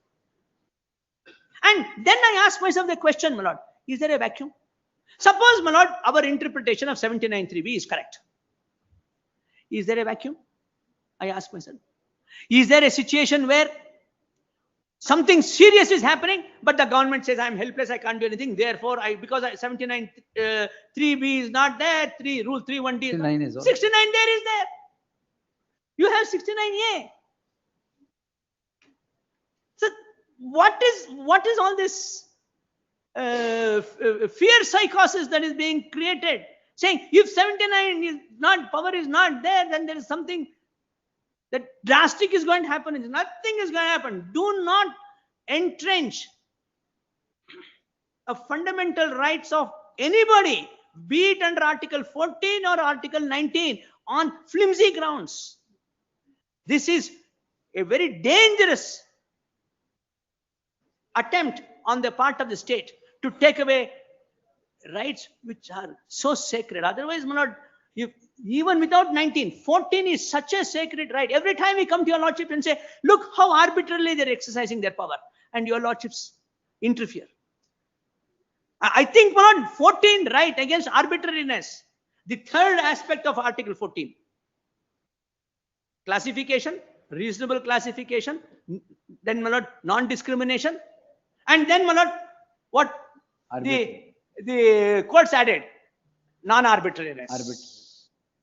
Non-arbitrariness was a concept that was read into Article 14 by the courts. And now to say that I will do anything I want. Not on the face of it. What else is it, my lord? What else is it? You have the same grounds in 3(1)(d) as you have said in 69A. Why do you need 79 as an empowering provision? That is why, my lord, 3(1)(d), which seeks to empower, is ultra vires 79. That is that. That's that. And independently, my lord, 3(1)(d) is falls foul of Article 14. Yeah, I'm coming. Yeah. My lord, then, my lord, we have said all that. I will. My lord, there's one aspect that I want your lordship to kindly see: the marginal notes.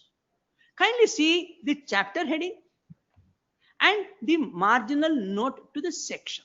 It is a guiding principle. I'm not saying, my lord, Not binding. It's no. guiding. I'm of course not. My lord. That the law is well settled that marginal notes do not restrict the width of the provision.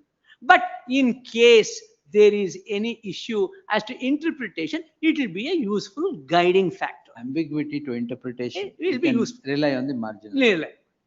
Explanation. marginal Explanation. note and all that. Now, my lord, we are looking at it another way. That's the argument that I want to place. Where is that? Proviso. The section is 43. Proviso. What the argument on proviso that we put? Give me that. Now, my lord, there's another way of looking at 79. Will we continue? Yes. We'll do one thing. 2:30 to, we'll resume your case at 4:30. What time? 4:30. I'll be there. Yes. So I'll finish the Yes. regular list and the councils. Fair. 4:30. We'll resume at 4:30. I'll be. My lords, one. 1 minute. We should try to complete it. I will. I should. I will need about another an hour and a half. No problem. 4:30, 6:30, no problem. No, I'll complete. Yes. I'll come. Yes. My lords, one humble submission, my lords. Serial number 43, I was held up in 17, my lords, could not attend, my lords. It has been adjourned for 4 weeks, my lords. If nobody is there, 4 weeks. Yes, please, my lords. It has been processed for judgment on Monday, my lords, kindly. Then you should have been here. I was in the middle of attending 19, my lords. Wednesday. The pendency will not come. The respondent was there. Yes, my lords, kindly. A date may be fixed, my lords. It has been posted for judgment on Monday, my lords, kindly, my lords. But between Monday and today, there is only Saturday. I'll take one adjournment before trial court on Monday, my lords. A date may be fixed, my lords. That's a better option. A date may be fixed, my lords, kindly, my lords. We'll see. Yes. We'll take 13th. My lord, serial number 113, my lord. The advocate appearing for respondent is unwell, So my lord. anybody wanting adjournment, just call the cases. Because this matter will go.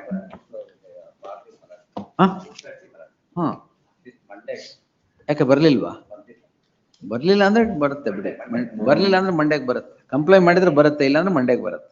My lord, in X versus Union, may I make a request on behalf of the intervener? Let him finish, madam. Yes, my lord. Is it serial number 150? Let him finish. After that, ask senior counsel to finish today. Today. No, no. No, I'm no, today. opposing that adjournment. Even on the VC, you can appear on the VC, that's all right. Ask My him to lordship, finish today. serial number And 120. intervening, I've heard him, man, no problem at all. My- I don't think, I'm here, page wise correct. please do that. That's not a problem at all. And you will rest assured that I will consider everything. Yes, you can do that. No problem. You can do that. That should suffice. Written submission. He's on the VC. Sondi sir. May it please your lordships. No, I will, no, because this, I can't go on, keeping others waiting. So I'll take this at 4:30. Raghavan sir will finish it in 1 hour. If you want, you can file a written submissions. That's not a problem at all. Do that if your lordships are kind enough to give me 20 minutes on Monday, my lords, just to Monday, make no, it I want to short. finish it. I want to finish it off today, sir. I can give you time after 6:30, 7 o'clock, whatever. I'll finish it and go today. I have some difficulty in the evening, my lords, if my lords are kind enough. But Just if you 15 or file a 20 written- minutes. File a written submissions. If there is any doubt, then I'll post it. Do consider, my lords, if your lordships can give me 15 minutes. I'll see, but again, it has to be posted and all this will happen. I understand, my lords, just. Because already I've spent about 4 or 5 full days on this. I understand.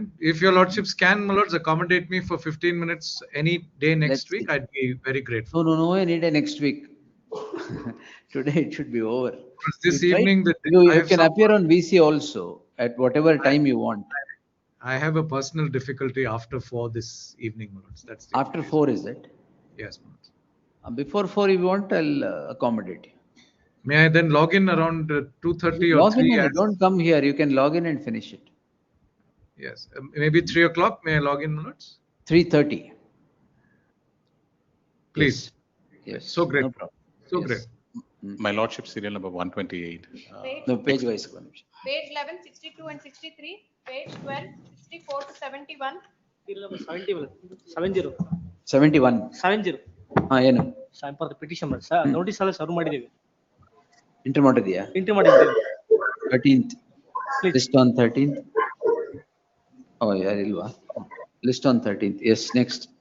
Page 13, 72 to 77. My lord, serial number 77, my lord. Serial number 77. I approve the respondent, my lords. I need to file objections. Maybe granted a week's time, my lords. Objection ಇದೆ. Yes, next. Page 14, 78 to 81, Your Honor. 85. 81, Your Honor. Admission don't take time. B group, I will not take anything today. Wherever interim order is there, it will be extended. No B group matter will be taken. Your Honor. You 81. complainant. I am respondent number 2. Interim order ಇದೆಯಾ? Interim order ಇದೆ ಸ್ವಾಮಿ. Interim order ಅವ್ರಿಗಿದೆ. ನಾವು objection ಹಾಕ್ಬಿಟ್ಟು ಐಎಗೂ objection ಹಾಕ್ಬೇಕು. Certified ಕಾಪಿಗೆ apply ಮಾಡಿದೀನಿ. ಆಯ್ತು. 1 week time. Interim order will continue. We will post it, madam. ಇದು admission matters ಕೇಳಿದ್ರೆ. Your Honor, 81, Your but Honor. fix all on 2nd August, 23rd. Lord, serial number 92, my lord. 81, Your Honor. Serial number 81, Your Honor. 81 ಏನು? Extension of IA. ಅಯ್ಯೋ ಆಗುತ್ತೆ. Serial number 92, my lords. Hmm. The interim order may kindly be extended. Because in the previous date, my lord, the interim order was not extended. Though, my lord, I made a submission. It will be, sir. Don't Please. worry. Yes. So grateful, so grateful. ಆ ಥರ ತೊಂದರೆ ಆದ್ರೆ mention ಮಾಡಿ. So grateful. Yes. B group, please don't mention. I'm not taking any B group matter. Interim orders will be extended. Interim order ಇಲ್ಲದೆ ಅದು extend ಆಗುತ್ತೆ. No, B group will, I'll fix a date for B group matters that are not taken up today. We'll see. Yes. My lordship. Serial number 160, serial number 190. ವಾಪಸ್ ಬರ್ತಾ ಇದೀನಿ.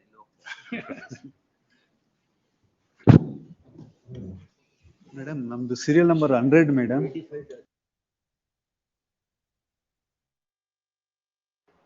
Court officer? Court officer? Serial number 100. ಅಂತೆ ಆಮೇಲೆ date so ನಾನು ಮತ್ತೆ ಪದೇ ಪದೇ ನಾನು ರಿಪೀಟ್ ಮಾಡ್ಬೇಕು ಆಯ್ತು ಸರ್. madam. ಹೇಳಿ ಹೇಳಿ ಸರ್. 23rd ಕೊಟ್ರೆ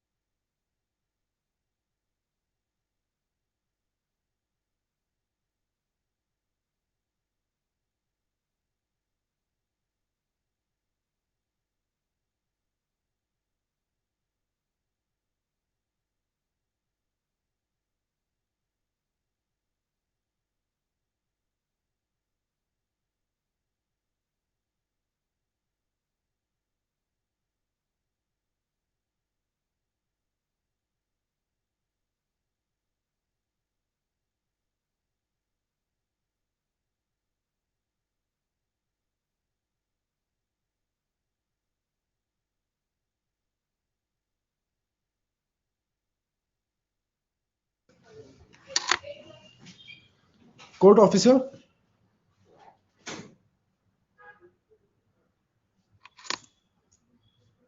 Court officer?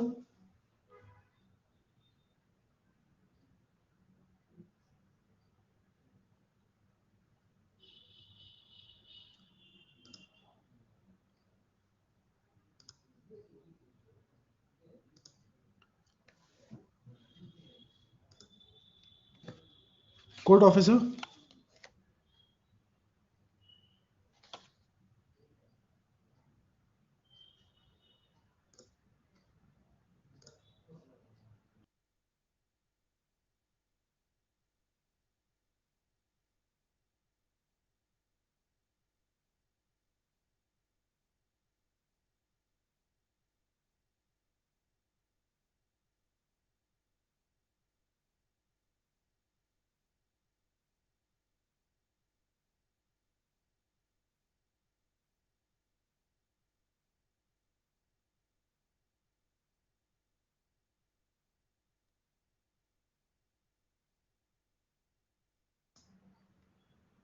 Court officer?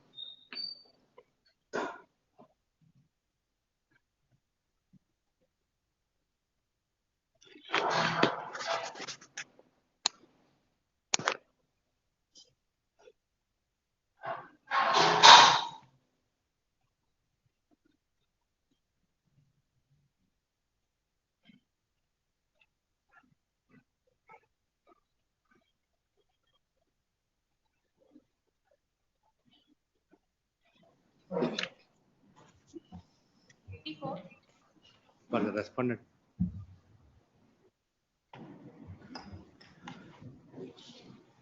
ಒಕ್ಕಲತ್ ಹಾಕಿದಿರಾ ಈಗ ಹಾಕ್ತಾ ಇದ್ದೀರಾ? ಹಾಕಿದ್ದೀನಿ ಸರ್. ನಿನ್ನೆ file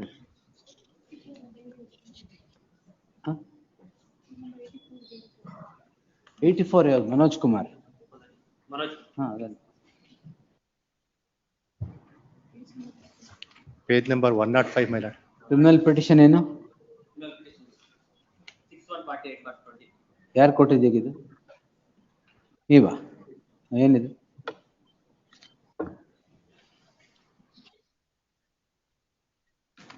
Page number 105 my lord. Or not? Page number 105 my lord. So for A2 and A3 my lord. Compromise ಅದನ್ನು? Compromise. Compound, compromise, yes. Page number? 104, 105 my lord.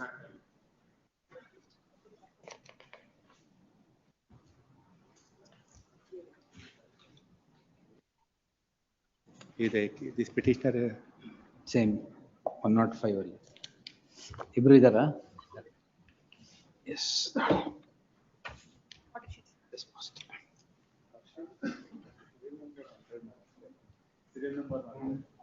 Adjournment. We'll adjourn it. Yes. Continue. May I request now Dharwad bench madam? ತಗೊಂತೇನೆ ರೀ sir. ತುಂಬಾ ಇದೆ ಎಷ್ಟಿದೆ madam? ಎಲ್ಲ entry ಮಾಡಿರೋದ?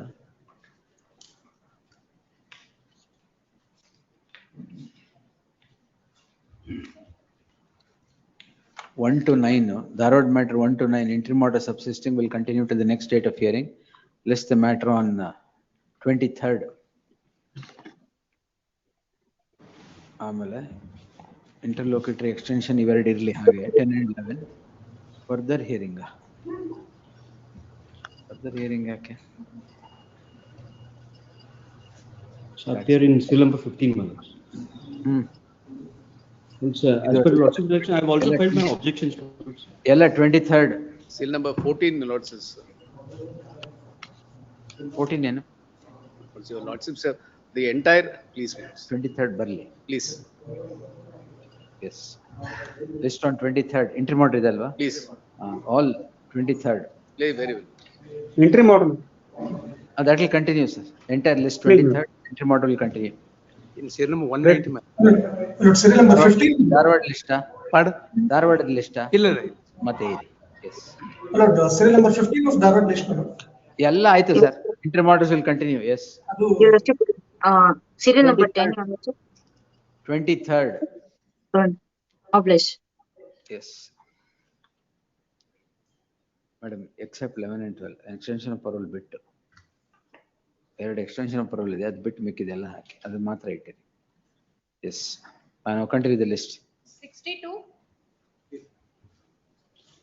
ಒಂದು ನಿಮಿಷ. ಆದಿತ್ಯ ಸೋಂದಿಸ್ ಕೊಲಿಗೆ ಯಾರು ಇದ್ದಾರೆ? Nobody is there. If you find Aditya Sondhi's colleague, please tell that the court is calling. Yes. 62 Malats, last occasion, Malats had directed them to implead to other persons. They have now filed an amended cause title as well. Notice perhaps would have to be issued those two. Non-filing of acknowledgement for copy having served, registry to delete the indication of non-serving of papers upon Ajay Kumar, as Ajay Kumar is present. The impleading application hakidara. Last occasion we had pointed out, Malats, the dispute was between two other persons with the petitioner, and Malats directed them to make those two persons as parties, and now they have filed this amended cause title as well. This petition hakidare. Oh, that allotment. Please. Matten kodbeka. Alla, they are asking for Malats khata. There is a ಇದು dispute. ವಕಾಲತ್ ಹಾಕಿದಾರಲ್ಲ ಇಬ್ರು, ಮತ್ತೇನ್ problem ನಿಮ್ದು? ಈಗ implead ಅಲ್ಲ, implead ಮಾಡಿದಾರೆ ಅಷ್ಟೇ ಇವಾಗ. Implead ಇಲ್ಲ, ಕಾಸ್ಟ್ ಟೈಟಲ್ ಅಮೆಂಡ್ ಆಗಿ ವಕಾಲತ್ ಹಾಕಿದ್ದಾರೆ. Then they'll have to sort it out between them. ವಕಾಲತ್ ಕೊಟ್ಟ ಮೇಲೆ ನೀವು now the impediment, the allotment goes away.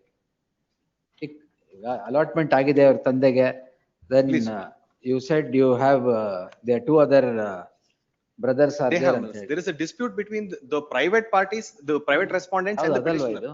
ಇಲ್ಲ ಇಲ್ಲ. The dispute is between the respondents number 3 and 4 and the petitioner. This is not that case where the father dies. There are two other persons are implicated there as petitioners. This would be a different case. List the matter after 2 weeks. Yes, please. 63. My lords, in the connected writ petition 63.1, I appear for the petitioners. With respect to R1, my lords, I'm filing a memo for dispensation. That company no longer exists. And for 2 and 3, my lords, my learned friend appears. Yes, what's the matter? Enter ಮಾಡಿದ್ಯಾ? Lords, it may be taken up, my lords, next week. It's convenient for the court next week, my lords. The learned counsel appearing for the respondent seeks a week's time. List the matter on 13th. Interim order subsisting would continue till the next date of hearing. Idu 63 ಅಲ್ಲಿ. 63.1, the learned counsel appearing for the petitioner files a memo seeking dispensation of issuance of notice to respondent. 1. The notice to respondent 1. Memo is accepted at the risk of the petitioner. Yes, 13th. Great. Interim order. ಹೇಳಿದ್ನಲ್ಲ.